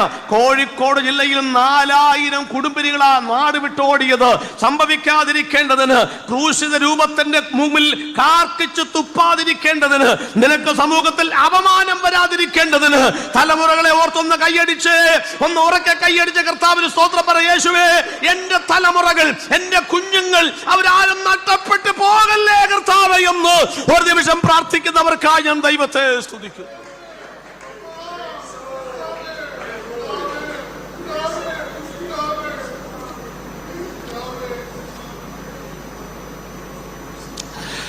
നിന്മനമിളകാതെ,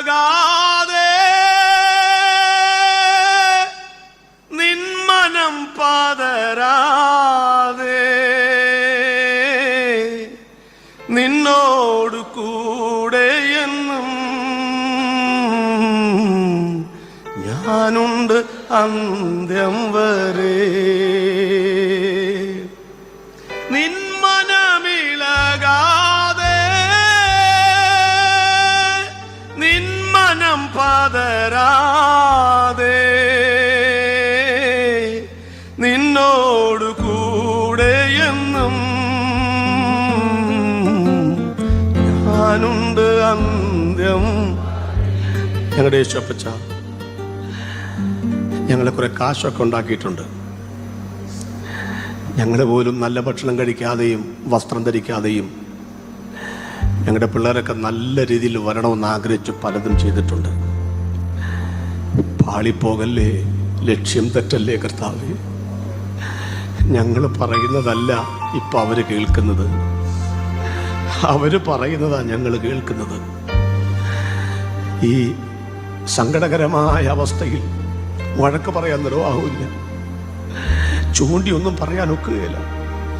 ഞങ്ങളുടെ തലമുറകൾ നഷ്ടപ്പെട്ടു പോകല്ലേ എന്ന് ഞങ്ങൾ പ്രാർത്ഥിക്കും. കർത്താവിൻ്റെ നാമത്തിൽ അവരെ മുദ്രയിടുന്നു. ദൂരത്തുള്ള കുഞ്ഞുങ്ങളെ കണ്ണിൻമണി പോലെ സൂക്ഷിക്കണം. വല്ലാത്ത ദുഷ്ട മനുഷ്യൻ്റെ കയ്യിൽ അവരാരും അകപ്പെട്ടു പോവല്ലേ എന്ന് ഞങ്ങൾ പ്രാർത്ഥിക്കും. നാട്ടിലോട്ട് തിരിച്ചു വരാൻ കഴിയാത്ത പ്രേമക്കുരുക്കുകളിൽ ഞങ്ങളുടെ ഓരോ കുഞ്ഞുങ്ങളും പെടല്ലേ എന്ന് ഞങ്ങൾ പ്രാർത്ഥിക്കുന്നു. ഈ മീറ്റിങ്ങിൽ പങ്കെടുക്കുന്ന ഓരോ കുഞ്ഞുങ്ങൾക്കും അങ്ങനെയുള്ള അവസ്ഥകൾ വരല്ലേ എന്ന് ഞങ്ങൾ പ്രാർത്ഥിക്കുന്നു. ഞങ്ങളവരെ അനുഗ്രഹിച്ച് പ്രാർത്ഥിക്കുന്നു. സങ്കടപ്പെടുന്ന, അങ്ങനെ കുരുക്കിൽപ്പെട്ടവരുണ്ടെങ്കിൽ ഇന്ന് രാത്രിയിൽ യേശുവിൻ്റെ നാമത്തിൽ അവരുടെ ഹൃദയത്തിനകത്തുള്ള അന്ധകാരത്തിൻ്റെ ബന്ധനങ്ങൾ പൊട്ടിമാറട്ടെ എന്ന് ഞങ്ങൾ പ്രാർത്ഥിക്കുന്നു. കർത്താവ് അങ്ങനെ പ്രാർത്ഥന കേട്ടതിനായി സ്തോത്രം. യേശു കർത്താവിൻ്റെ നാമത്തിൽ തന്നെ നമ്മുടെ കുഞ്ഞുങ്ങളെയൊക്കെ കർത്താവ് സഹായിക്കും. വിശ്വാസത്തോടെ കരവുയർത്തൊരു സ്വത്രം പറഞ്ഞാട്ടെ. പ്രിയപ്പെട്ടവർ, ഇരുന്നാട്ടെ. അടുത്ത ഭാഗത്തോട് നമുക്ക് വേഗം വരാം. അപ്പം നോഹയുടെ കാലഘട്ടത്തിൻ്റെ ഒന്നാമത്തെ പ്രത്യേകത എന്തായിരുന്നു? വിറ്റും നട്ടും തിന്നും കുടിച്ചും പോരുന്ന കാലം. രണ്ടാമത്തെ പ്രത്യേകത വിവാഹം കഴിച്ചും കൊടുത്തും പോരും. അതുകൊണ്ട് മക്കളെ, എന്ത് ഓഫർ കിട്ടിയാലും ദൈവത്തെ ഓർത്ത് ഇതിൻ്റെ പ്രമാണം വിട്ടൊരു കല്യാണം പിള്ളേരെ കൊണ്ട് ചെയ്യിപ്പിക്കല്ലേ. എൻ്റെ ദുരന്തം വർത്തമാന കാലഘട്ടത്തിൽ നിങ്ങൾ കാണും. നിങ്ങൾക്കൊരു നല്ല മരണം ഉണ്ടാകാൻ അത് സഹായകരമല്ല എന്ന് സ്നേഹത്തോടെ ഓർപ്പിച്ചുകൊണ്ട് ഞാൻ ആ ഭാഗത്ത് വിരമിക്കുന്നു. രണ്ടാമത്തെ പോയിൻ്റെ വിശദീകരണത്തിൽ ഏതെങ്കിലും കുഞ്ഞുങ്ങൾക്ക് എന്നോട് വല്ല മുറുറുപ്പോ സങ്കടം തോന്നിയിട്ടുണ്ടെങ്കിൽ ഞാൻ നിങ്ങളോട് എന്താ പറയുക, ഒരപ്പൻ്റെ പക്ഷത്ത് നിന്നുകൊണ്ട് സംസാരിച്ചെന്നേ ഉള്ളൂ. നിങ്ങളെന്നെ അന്യനായിട്ടൊന്നും കാണരുത്, സ്നേഹത്തോടെ പറയുകയാണ്. നിങ്ങളെല്ലാം കർത്താവിൻ്റെ മക്കളായിട്ട് ജീവിക്കുന്ന കാണാൻ ഇവിടെയാക്കട്ടെ. നമുക്ക് നാലാമത്തെ ഭാഗത്തേക്ക് വന്ന് പെട്ടെന്ന് നിർത്തണം. നോഹയുടെ പ്രസംഗത്തിൻ്റെ നോഹയുടെ കാലഘട്ടത്തിൻ്റെ മൂന്നാമത്തെ പ്രത്യേകത, ഇവൻ്റെ പ്രസംഗം ആരും ശ്രദ്ധിച്ചില്ല. അതാ നോഹ എത്ര വർഷം പ്രസംഗിച്ചെന്നാ എന്ന് പറഞ്ഞ് ഏകദേശം 100 കൊല്ലം പ്രസംഗിച്ചു. അവിടെ തന്നെ ദൂത് കിടപ്പില്ലേ. ഒരു പ്രസംഗം എന്നാ ഈ പ്രസംഗ വിഷയം എന്നതാ മഴ വരാൻ പോകുന്നു, പെട്ടകം അതാ പ്രസംഗ വിഷയം. ഒരു വിഷയം 100 കൊല്ലം പ്രസംഗിച്ച് ആരാ കേൾക്കുന്നത് പറ. ഇപ്പൊ ജോയി പാറക്കൽ വന്നു, ഇന്നലെ ഇവിടെ പ്രസംഗിക്കുന്നു അന്ത്യകാലം. നിങ്ങൾക്ക് തോന്നി ഈ പുള്ളി കൊള്ളാമല്ലോ, എന്നാൽ അടുത്ത കൊല്ലം കൂടെ വിളിച്ചേക്കാം, അല്ലെങ്കിൽ നിങ്ങൾ കുറുപ്പുംപടി വരിക, അപ്പം ഞാൻ അവിടെയും പ്രസംഗിക്കുക അന്ത്യകാലം. അപ്പം നിങ്ങൾ വിചാരിച്ചു ഇത് ഞങ്ങളുടെ വീട്ടിലെത്ത് പ്രസംഗിച്ചതാണല്ലോ. ശരി, മൂന്നാമത്തെ പ്രാവശ്യം ഞാൻ ഇവിടെ വരുമ്പം അന്നും പ്രസംഗിക്കുകയാണ്, ഇന്നത്തെ എൻ്റെ പ്രസംഗ വിഷയം അന്ത്യകാലം. അപ്പം നിങ്ങളെന്ത് വിചാരിക്കും, ഈ പുള്ളിയുടെ ഇങ്ങോട്ടുള്ള വരവിൻ്റെ അന്ത്യകാലമായിരിക്കും അത്, പിന്നെ ഇങ്ങനെ വരേണ്ടി വരില്ല. ഒരു പ്രസംഗ വിഷയം 5-6 വർഷം താല്പര്യം. പക്ഷെ നോഹയുടെ പ്രത്യേകത ആര് കേട്ടു അതൊന്നും പ്രശ്നമല്ലെന്ന് ഏൽപ്പിച്ചത് അങ്ങോട്ട് പറയുക എന്നുള്ളതാണ് കേട്ടോ. ഞാനൊരു ചിന്ത പറയട്ടെ. 5 കൊല്ലം മുൻപ് ഇവിടുത്തെ രാഷ്ട്രീയക്കാർക്ക് എന്തായിരുന്നു വിഷയം? പെരുമ്പാവൂരിൽ. 10 കൊല്ലം മുമ്പ് എന്തായിരുന്നു വിഷയം? പെരുമ്പാവൂർ ജിഷ വധക്കേസിൻ്റെ പേരിലല്ലേ സഖാവ് പിണറായി വിജയനൊക്കെ ഒന്നാം സർക്കാരൊക്കെ രംഗത്ത് വന്ന്, 2ാം പ്രാവശ്യമൊക്കെ രംഗത്ത് വന്നത്. ഇനി അതിനു മുമ്പോ കസ്തൂരി രംഗൻ പരിസ്ഥിതി ലോല പ്രദേശങ്ങൾ, ഇപ്പോഴത്തെ ബഫർ സോണൊക്കെ. അതിനു മുമ്പോ ബീഫ് തിന്നാമോ തിന്നാൻ പാടില്ലയോ. ഓരോ 5 കൊല്ലം കഴിയുമ്പോൾ എന്തെങ്കിലും വിഷയങ്ങൾ ഉണ്ടാക്കിക്കൊണ്ടുവരും. തെരഞ്ഞെടുപ്പ് പ്രചാരണത്തിന് വേണ്ടി പിടിച്ചു നിൽക്കണ്ടേ? ഞാൻ ചോദിക്കട്ടെ, 21 നൂറ്റാണ്ടായി ഒറ്റ വിഷയം പ്രസംഗിക്കുന്ന ഒരു പ്രസംഗം ലോകത്തിലുണ്ടോ? ഉണ്ട്. അത് സുവിശേഷ പ്രസംഗമാണ്. 21 നൂറ്റാണ്ടായി ഒരൊറ്റ നേതാവിനെ പ്രസംഗിക്കുന്ന പ്രസംഗം ലോകത്തിലുണ്ടോ? ഉണ്ട്. അത് യേശുക്രിസ്തുവിനെ കുറിച്ചാണ്. ഒരു പുരുഷാഴ്ച കൂടെ ഒരു മണ്ഡലത്തിൽ പോലും നിൽക്കാൻ നിർവാഹമില്ലാതെ 5 വർഷം കഴിയുമ്പോൾ മണ്ഡലം മാറും. ആരാന്റെ മതിൽ 10 കിലോ കുമ്മായം നെറ്റിയെടുത്ത പാതിരാത്രി പതുങ്ങിയിരുന്ന് പേരെഴുതുന്ന, തെരഞ്ഞെടുപ്പ് കഴിയുമ്പോൾ ഇടിവെട്ടി പെയ്യുന്ന ഇടവപ്പാതിക്ക് ആ പേര് മഴവെള്ളത്തിൽ ഒലിച്ചു പോകുന്ന ഒരു നേതാവിനെയല്ല ഇന്ന് രാത്രി നമ്മൾ പ്രസംഗിക്കുന്നത്. ഒരുത്തിൻ്റെയും മതിലിൽ എഴുതാതെ അവനവൻ്റെ മനസ്സിനകത്ത് ചങ്കിലെ ചോര കൊണ്ട് എഴുതിയ ഒരു നാമമുണ്ടെങ്കിൽ അത് യേശുവിൻ്റെ നാമമാണെന്ന് സന്തോഷത്തോടെ പറയാൻ ആഗ്രഹിക്കുന്നവർക്ക് ദൈവത്തിന് ഞാൻ സ്തോത്രം ചെയ്യുന്നു. പകരം വെക്കാൻ ആളില്ലാത്ത അനിഷേധ്യനായ ഒരു നേതാവത്രേ വാഴ്ത്തപ്പെട്ട കർത്താവായ യേശുക്രിസ്തു. മടുത്തിട്ടില്ല ഇത് പ്രസംഗിച്ചിട്ട്. എത്ര വർഷമായില്ലേ? ഞാൻ 40 വർഷം. മടുത്തിട്ടില്ല പ്രസംഗിച്ചിട്ട്. നിങ്ങൾ ഇരിക്കുവോ? ഞാൻ 10 വരെ പ്രസംഗിക്കാം, പക്ഷെ ഇരിക്കാനെന്ന് എനിക്കറിയാതുകൊണ്ടാണ്. മടുത്തിട്ടില്ല, മടുപ്പില്ലാതെ. നിങ്ങൾ കേട്ടിട്ട് വല്ല മടുപ്പുണ്ടോ? നിങ്ങളുടെ കുറ്റം പറയാനാണല്ലോ ഞങ്ങൾ പ്രസംഗിക്കാൻ വന്നിരിക്കുന്നത്. ആന്നു അതറിഞ്ഞുകൊണ്ട് വന്നിരിക്കുക കുറ്റം കേൾക്കാൻ. എന്നിട്ട് നാളെയും വരും കണ്ടോ. അപ്പം നിങ്ങൾക്ക് മടുപ്പുണ്ടോ? ഇല്ല. നിങ്ങൾക്ക് മടുപ്പില്ല, ഞങ്ങൾക്ക് മടുപ്പില്ല. ഇതുപോലെ വിഷയം ഉണ്ടെങ്കിൽ സുവിശേഷമല്ലാതെ മറ്റൊന്നുമില്ല മക്കളെ. ഇനി നോഹയുടെ പ്രത്യേകം ഈ പുള്ളി ആൾക്കാർ ചോദിച്ചു, നോഹെ എന്തോ എന്നാ വരുമെന്നാ നീ പറയുന്നേ? മഴ വരും. എന്തൊട്ട് മഴ? നീ കണ്ടിട്ടുണ്ടോ മഴ? ഇല്ല. അന്ന് വരെ മഞ്ഞു പൊങ്ങിയാണ് ഭൂമിയെ നനച്ചോണ്ടിരുന്നത്. ഈ പുള്ളി മഴ കണ്ടിട്ടില്ല. അപ്പൊ കാണാത്തൊരു കാര്യമാണ് ഇത്ര ഗംഭീരമായിട്ട് അതെ. എന്താ ഇത്ര ധൈര്യം? നോഹയുടെ മറുപടി, കാഴ്ചയാൽ അല്ല വിശ്വാസത്താലാ ഞങ്ങൾ പ്രസംഗിക്കുന്നത്. യേശു വരുമോ? വരും. നിങ്ങൾ യേശുവിനെ കണ്ടിട്ടുണ്ടോ? ഇല്ല. സ്വർഗം കണ്ടിട്ടുണ്ടോ? ഇല്ല. നരകം കണ്ടിട്ടുണ്ടോ? ഇല്ല. പിന്നെ എന്താ അടിസ്ഥാനത്തിലായി പറയുന്നേ? വചനം പറഞ്ഞു. അതുകൊണ്ട് ഞങ്ങൾ പറയുന്നു, നോഹ പ്രസംഗിച്ചത് കാഴ്ചയാലല്ല വിശ്വാസത്താലാണെങ്കിൽ അത് സംഭവിച്ചെങ്കിൽ നമ്മൾ പ്രസംഗിക്കുന്നതും സംഭവിക്കും. ഒന്നുകൂടെ പറയട്ടെ. കടലിൽ നിന്ന് 65 മൈൽ അകലത്തിലാണ് നോഹ പെട്ടകം പണിത് വെച്ചത്. കടലിൽ നിന്ന് 65 മൈൽ അകലത്തിലാണ് ഈ പുള്ളി പെട്ടകം പണിത് വെച്ചത്. മഴയെങ്ങാനും പെയ്തില്ലെങ്കിൽ പെട്ടകത്തിൻ്റെ പണി അറ്റകുറ്റം തീർന്നതാണോ എന്നറിയാൻ നീറ്റിൽ ഇറക്കണ്ടേ, കടലിൽ ഇറക്കണ്ടേ. അപ്പം അതിനെ യൂണിയൻകാരെ വിളിച്ചാൽ വരുമോ? നിങ്ങൾ പറ, ആര് വരാൻ? നോക്കുകൂലി, ഇരിപ്പുകൂലി, അട്ടിമറിക്കൂലി, ആവശ്യപ്പെടുന്ന കൂലി. കൂലിയുടെ ബഹളമാണ്, ചുമട് നടക്കുന്നുമില്ല. ഇവരെ വിളിച്ചാൽ വരുമോ? ആരും വരില്ല. നോഹയുടെ മറുപടി കണ്ടോ നിങ്ങൾ? നിങ്ങളാരും എൻ്റെ പെട്ടകം 65 മൈൽ ദൂരത്തേക്ക് അങ്ങോട്ട് ചുമക്കേണ്ടി വരില്ല. ആ വെള്ളം ഇവിടെ വരും, ആ വെള്ളം ഇവിടെ വരുമെന്ന്. കടലിൽ കിടക്കുന്ന വെള്ളത്തെ നീരാവിയായി പൊക്കിയെടുത്ത് കാർമേഘത്തിൻ്റെ മറവിൽ ഒളിപ്പിച്ചു നിർത്തി ഒരു വടതിക്കാറ്റും തെന്നിക്കാറ്റും ചുഴലിക്കാറ്റും പെരുങ്കാറ്റും കൊടുങ്കാറ്റും വേണ്ടി വന്നാൽ അവിടെ ഒരു ഈശാനമൂലങ്കാറ്റ് പഠിപ്പിച്ച് മേഘപാളികൾ പുലർത്തിക്കൊണ്ട് ഇടിവെട്ടി പെയ്യുന്ന ഇടവപ്പാതി കണക്കെ, തുള്ളിക്കൊരു കുടം പെയ്യുന്ന തുലാവർഷമെന്ന കണക്കെ ഈ താഴ്വരയെ വെള്ളം കൊണ്ട് നിറച്ച് പെട്ടകത്തെ ഉയർത്തി ക്രമമായി അരരാത്തിന്റെ മുകളിൽ പെട്ടകമെത്തിക്കുവാൻ എൻ്റെ ദൈവം ശക്തനാണെന്ന് നോഹ വിശ്വസിച്ചു. ഈ പെട്ടകം ദൈവസഭയ്ക്ക് നിഴലാണ്. ഈ പെട്ടകം ക്രിസ്തുവിന് നിഴലാണ്. ഗോപുരമരം മുറിച്ചത് താഴ്വരയിൽ, അതിനെ ഈർച്ചവാൾ കൊണ്ട് അറുത്തത് താഴ്വരയിൽ, ആശാരി അവട്ടി പിടിച്ചിരുന്നത് താഴ്വരയിൽ, കീലും പശയും ഇട്ടത് താഴ്വരയിൽ, ചുറ്റിക കൊണ്ട് അടിച്ചത് താഴ്വരയിൽ, ആണി തറച്ചത് താഴ്വരയിൽ, സകല പങ്കപ്പാടുകളും താഴ്വരയിൽ, പെട്ടകം ഉറച്ചത് താഴ്വരയിലല്ല, അത് ഉയരത്തിലാണ്. ദൈവങ്ങൾക്ക് നിന്നയുള്ളത് ഈ ഭൂമിയിൽ, പരിഹാസമുള്ളത് ഈ ഭൂമിയിൽ. നമ്മൾ ബൈബിളുമാക്കേട്ട് പോകുന്ന സമയത്ത് സ്വസ്ത്രം എന്നൊക്കെ കലുങ്കയിലിരുന്ന് ഓന്ത് വിഴുങ്ങുന്ന പോലെ പറയുന്നതൊക്കെ ഈ ഭൂമിയിൽ. രോഗമുള്ളത് ഈ ശരീരത്തിൽ, അപമാനമുള്ളതും ഈ ശരീരത്തിൽ. പക്ഷേ നമ്മൾ ഉറയ്ക്കുന്നത് കീഴില്ലത്തല്ല, നാം ഉറയ്ക്കുന്ന ഏഷ്യ ഭൂഖണ്ഡത്തിലല്ല.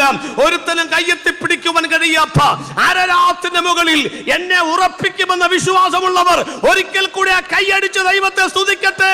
എന്റെ വാദം ഇവിടെ അല്ലെന്ന്, എന്റെ വാദം ഉയരത്തിലാണെന്ന് മനസ്സിലാക്കണം. ഞാൻ അവസാനത്തെ ഭാഗം പറഞ്ഞ് നിർത്താൻ പോവുകയാണ്. 4ാമത്തെ ചിന്ത. അപ്പൊ നോഹയുടെ പ്രസംഗം ആരും കേട്ടില്ല, അത് തീർന്നില്ല. ആരാ കേട്ടെന്നറിയാമോ? ഭാര്യയും പിള്ളേരും. എല്ലാം മനസ്സിലാവണ്ട എന്ന് പറഞ്ഞാൽ നാട്ടുകാരും രക്ഷപ്പെട്ടില്ലെങ്കിലും ഭാര്യയും പിള്ളേരും കയറിയെന്ന്. അത്രയെങ്കിലും കയറട്ടെ എന്നാണ് ഞാനും പ്രാർത്ഥിക്കുന്നത്. ഞാനിങ്ങനെ നാട് മുഴുവൻ നന്നാക്കാൻ നടക്കുക. എൻ്റെ ഭാര്യയും പിള്ളേരും പെട്ടത്തിൽ കയറിയില്ലെങ്കിൽ പിന്നെ പ്രസംഗം കൊണ്ട് എന്താ കാര്യം? അതുകൊണ്ട് നിങ്ങളെല്ലാവരും പോരുന്നോ ഈ പെട്ടകത്തിൽ? വാതിൽ തുറന്നു കിടക്കുക. കയറിയില്ലെങ്കിലും ഞാനും എൻ്റെ കുടുംബവുമോ ഞങ്ങൾ യഹോവയെ സേവിക്കും. അത്രയെങ്കിലും ഉറപ്പുള്ളവർക്കായി ഞാൻ ദൈവത്തിന് സ്തോത്രം ചെയ്യുന്നു. 4ാമത്തെ കാര്യം നിർത്തിക്കോട്ടെ. 4ാമത്തെ കാര്യം ഇതാണ്, ഈ വാതിലടയ്ക്കാറായി. എന്താ വാതിലിൻ്റെ പ്രത്യേകത? ഈ പെട്ടകം ഉണ്ടാക്കിയത് ആശാരിയാണ്, പ്ലാനും പദ്ധതിയും ദൈവത്തിൻ്റെയാണ്, വിചാരിച്ച് വെച്ചത് ആശാരിയാണ്, അടയ്ക്കാമോ തുറക്കാമോ നോക്കിയത് ആശാരിയാണ്. പക്ഷെ വാതിൽ അടച്ചത് ആശാരിയല്ല, നോഹയല്ല. അവനാരാ? യഹോവയായ ദൈവം പെട്ടകത്തിൻ്റെ വാതിലടച്ചു. ഏതാണ് വാതിൽ എന്നുള്ള മനസ്സിലായോ? വാഴ്ത്തപ്പെട്ട കർത്താവായ യേശു ക്രിസ്തു ഭൂമിയിൽ വന്നപ്പോൾ 7 അവകാശവാദങ്ങൾ പറഞ്ഞാൽ ഒരെണ്ണമാണ് ഞാൻ വാതിൽ ആകുന്നു. വാതിൽ 2 കാര്യമേ ചെയ്യൂ. ഒന്ന് അടയ്ക്കുക, ഒന്ന് തുറക്കുക. അടഞ്ഞു കിടക്കുന്ന വാതിൽ ഇനി അടയ്ക്കേണ്ട കാര്യമില്ല, തുറന്നുവെച്ചാൽ മതി. തുറന്നു കിടക്കുന്ന വാതിൽ ഇനി തുറക്കേണ്ട കാര്യമില്ല, അടച്ചുവെച്ചാൽ മതി. അപ്പം യേശുവാകുന്ന വാതിൽ ഇപ്പോൾ തുറന്നു കിടക്കുകയാണോ അടഞ്ഞു കിടക്കുകയാണോ? യേശുവിൻ്റെ വിലാപ്പുറത്തൊരു കുന്തം വെച്ച് കുത്തി 6 ഇഞ്ച് നീളമുള്ള 3 കാരിരുമ്പാണികൾ കുത്തി തറച്ചതോടുകൂടെ മുറിവുകൾ പ്രത്യക്ഷമായി. യേശുവിൻ്റെ പ്രത്യേകത നിങ്ങൾ കണ്ടോ? മരിച്ച് അടക്കപ്പെട്ട ഉയർത്തെഴുന്നേറ്റ ശേഷം ശിഷ്യന്മാർക്ക് കാണിച്ചു കൊടുത്തു. ഈ മുറിയിൽ വന്ന് കൈയിടാൻ പറഞ്ഞു. ഇന്ന് രാത്രി ഞാനൊരു കാര്യം പറഞ്ഞോട്ടെ പ്രിയപ്പെട്ടവര്, തന്നെ പിടിക്കാൻ വന്ന മൽക്കോസ് എന്ന് പറയുന്ന ദാസന്റെ കാത് പത്രോസ് വെട്ടി താഴെയിട്ടപ്പോൾ അറസ്റ്റ് ചെയ്യാൻ വരട്ടെ, ആണിപ്പഴുതിന് മുൻപ് എൻ്റെ ശത്രുവിന് ഒരു ഉപകാരം ചെയ്തേച്ചും മരിക്കാമെന്ന് പറഞ്ഞ് ആ കാതെടുത്ത് ഒട്ടിച്ചു കൊടുക്കുവാൻ അത്ഭുതം പ്രവർത്തിക്കുന്നവനാണ് യേശു. ആ യേശു 21 നൂറ്റാണ്ടായി തൻ്റെ മുറിവുകൾ അവൻ അടച്ചിട്ടില്ല. എൻ്റെ പ്രാർത്ഥനാ മുറിയിൽ ഞാൻ പ്രാർത്ഥനാ നിരതനായി ദൈവത്തോട് ചോദിച്ചു, കർത്താവേ, നിന്റെ മുറിവെന്താ അടയ്ക്കാത്തത്? നീ എത്രയോ പേരുടെ മുറിവ് കെട്ടുന്നവന്, ഈ ഇരിക്കുന്ന 100 കണക്കിന് ആളുകളുടെ മുറിവുകൾ അവന് കെട്ടുന്നവന്, നിന്റെ മുറിവെന്താ കെട്ടാത്തത്? യേശു പറഞ്ഞു, മുറിവുണ്ടായാൽ വേദന ഉണ്ടാകത്തില്ലേ? ഈ ഇരിക്കുന്ന മുഴുവൻ ആളുകളെ കുറിച്ചും എനിക്കൊരു വേദനയുണ്ട് കുഞ്ഞേ. എന്നാ വേദന എന്നറിയാമോ? ഇത് ഞാൻ അടയ്ക്കത്തില്ല. ഇതാണ് സ്വർഗത്തിലേക്കുള്ള വാതിൽ. ക്രൂശാണ് സ്വർഗത്തിലേക്കുള്ള വാതിൽ, യേശുവാണ് സ്വർഗത്തിലേക്കുള്ള വാതിൽ. ഞങ്ങളാരും വാതിലുകളല്ല, ആ വാതിൽ പ്രസംഗിക്കുവാൻ വന്നവരാണ്. പക്ഷെ ഇന്ന് രാത്രി ഞാൻ പറയുന്നു, ഈ കൃപയുടെ വാതിൽ അടയാനായിട്ട് പോവുകയാണ്.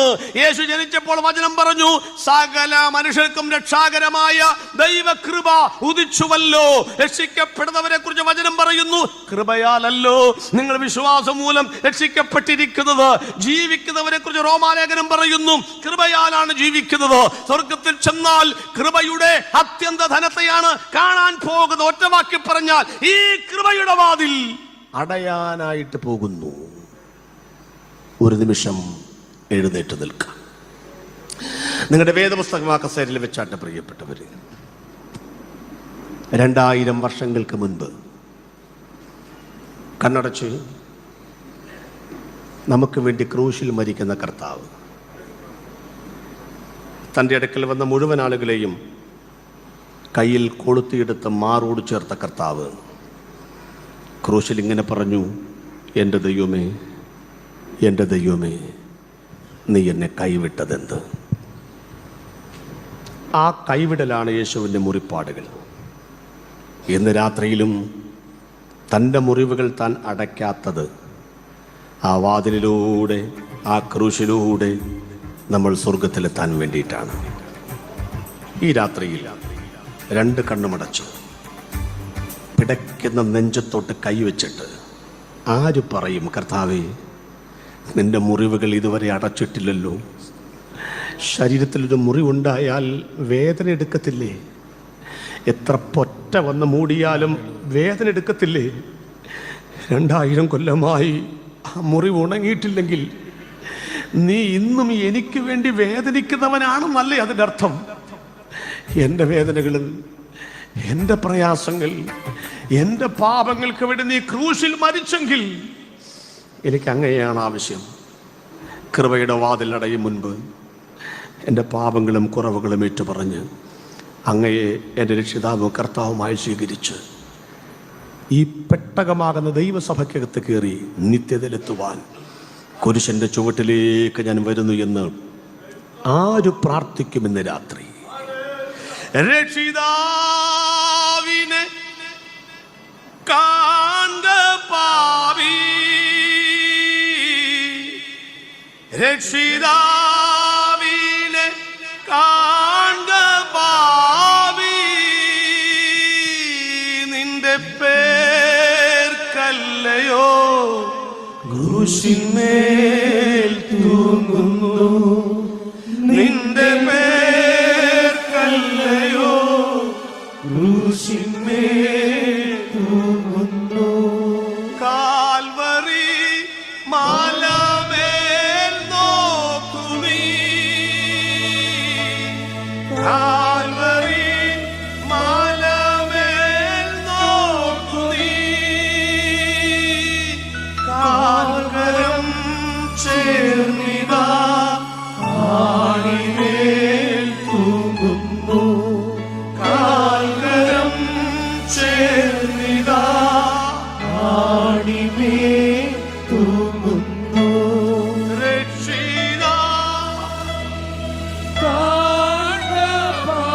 ഇന്ന് രാത്രി ആര് യേശുവിനെ സ്വീകരിക്കുന്നു? രക്ഷിതാവിനെ കാണ്ട പാവി, നിന്റെ പേരല്ലയോ ക്രൂശിന്മേൽ തൂങ്ങുന്നു, നിന്റെ പേരല്ലയോ ക്രൂശിന്മേൽ തൂങ്ങുന്നു. പ്രിയപ്പെട്ടവരെ, താജ്മഹൽ പെയിന്റ് അടിച്ചില്ലെങ്കിൽ കാണാൻ ഭംഗിയുണ്ടാവില്ല. ലോകത്തിലെ ഒരത്ഭുതങ്ങളും മെയിൻ്റെനൻസ് ചെയ്തില്ലെങ്കിൽ കാണാൻ ഭംഗിയില്ല. പക്ഷെ 2000 വർഷമായി എപ്പോൾ കുരിശിൻ്റെ ചുവട്ടിൽ വന്നാലും അതിന് പുതുമ തോന്നാനുള്ള കാരണം നമ്മുടെ വീണ്ടെടുപ്പാണ് അവിടെ നടക്കുന്നത്. ഇന്ന് രാത്രിയിൽ യേശുവേ, ഈ കൃപയുടെ വാതിൽ അടയും മുൻപ്, ഇന്ന് രാത്രി ഞാൻ കഞ്ഞി കുടിച്ച് കിടക്കും മുൻപ്, എൻ്റെ ജീവിതത്തിൽ കണ്ണടയും മുൻപ്, ആ കള്ളൻ പർദീസയിൽ കയറിയതുപോലെ എൻ്റെ കുറവുകളും കുറ്റങ്ങളും ഏറ്റുപറഞ്ഞ് നീയാകുന്ന കൃപാസനത്തിൽ കയറിപ്പറ്റുവാൻ എന്നെ സഹായിക്കണമേ എന്ന് നമുക്ക് പ്രാർത്ഥിക്കാം. ഈ നോഹയുടെ കാലം കഴിഞ്ഞാൽ യേശു വരും, സഭ മാറ്റപ്പെടും. സ്വർഗീയ പിതാവേ, ഇന്നലെയും ഇന്നുമായി ഞങ്ങളോടുള്ള ദൈവത്തിൻ്റെ വചനം അവിടുന്ന് സംസാരിച്ചതിനായി ഈ വാതിലടയാൻ പോവുകയാണ്. ഞങ്ങളുടെ കണ്ണുമടയാൻ പോവുക. ജീവിച്ച അത്രയും കാലം ജീവിക്കത്തില്ല കർത്താവെ. വിറ്റും നട്ടും തിന്നും കുടിച്ചും മാത്രം പോകാതെ കർത്താവെ, അനർഹതയുള്ള വിവാഹബന്ധങ്ങളിലൂടെ ജീവിക്കാതെ സുവിശേഷ പ്രഭാഷണങ്ങൾക്ക് ആവോളം ചെവിയും മനസ്സും കൊടുത്ത് കൃപയുടെ വാതിലിനകത്ത് കയറിപ്പറ്റുവാൻ വരാൻ പോകുന്ന ദുരന്തങ്ങളിൽ നിന്നും ഞങ്ങളെ സഹായിക്കണമേ. കർത്താവ് ഞങ്ങളുടെ പ്രാർത്ഥന കേട്ടതിനായി സ്തോത്രം. ഇന്ന് രാത്രി ഇത് അന്ത്യകാലമാണെന്ന് മനസ്സിലാക്കി നിത്യതയിൽ പ്രവേശിക്കുവാൻ ഞങ്ങൾക്കിടയാക്കണമേ. യേശു കർത്താവിൻ്റെ വിലയേറിയ നാമത്തിൽ ഞങ്ങളുടെ പ്രാർത്ഥന കേൾക്കണമേ. സ്വർഗസ്ഥ പിതാവേ, ആമേൻ.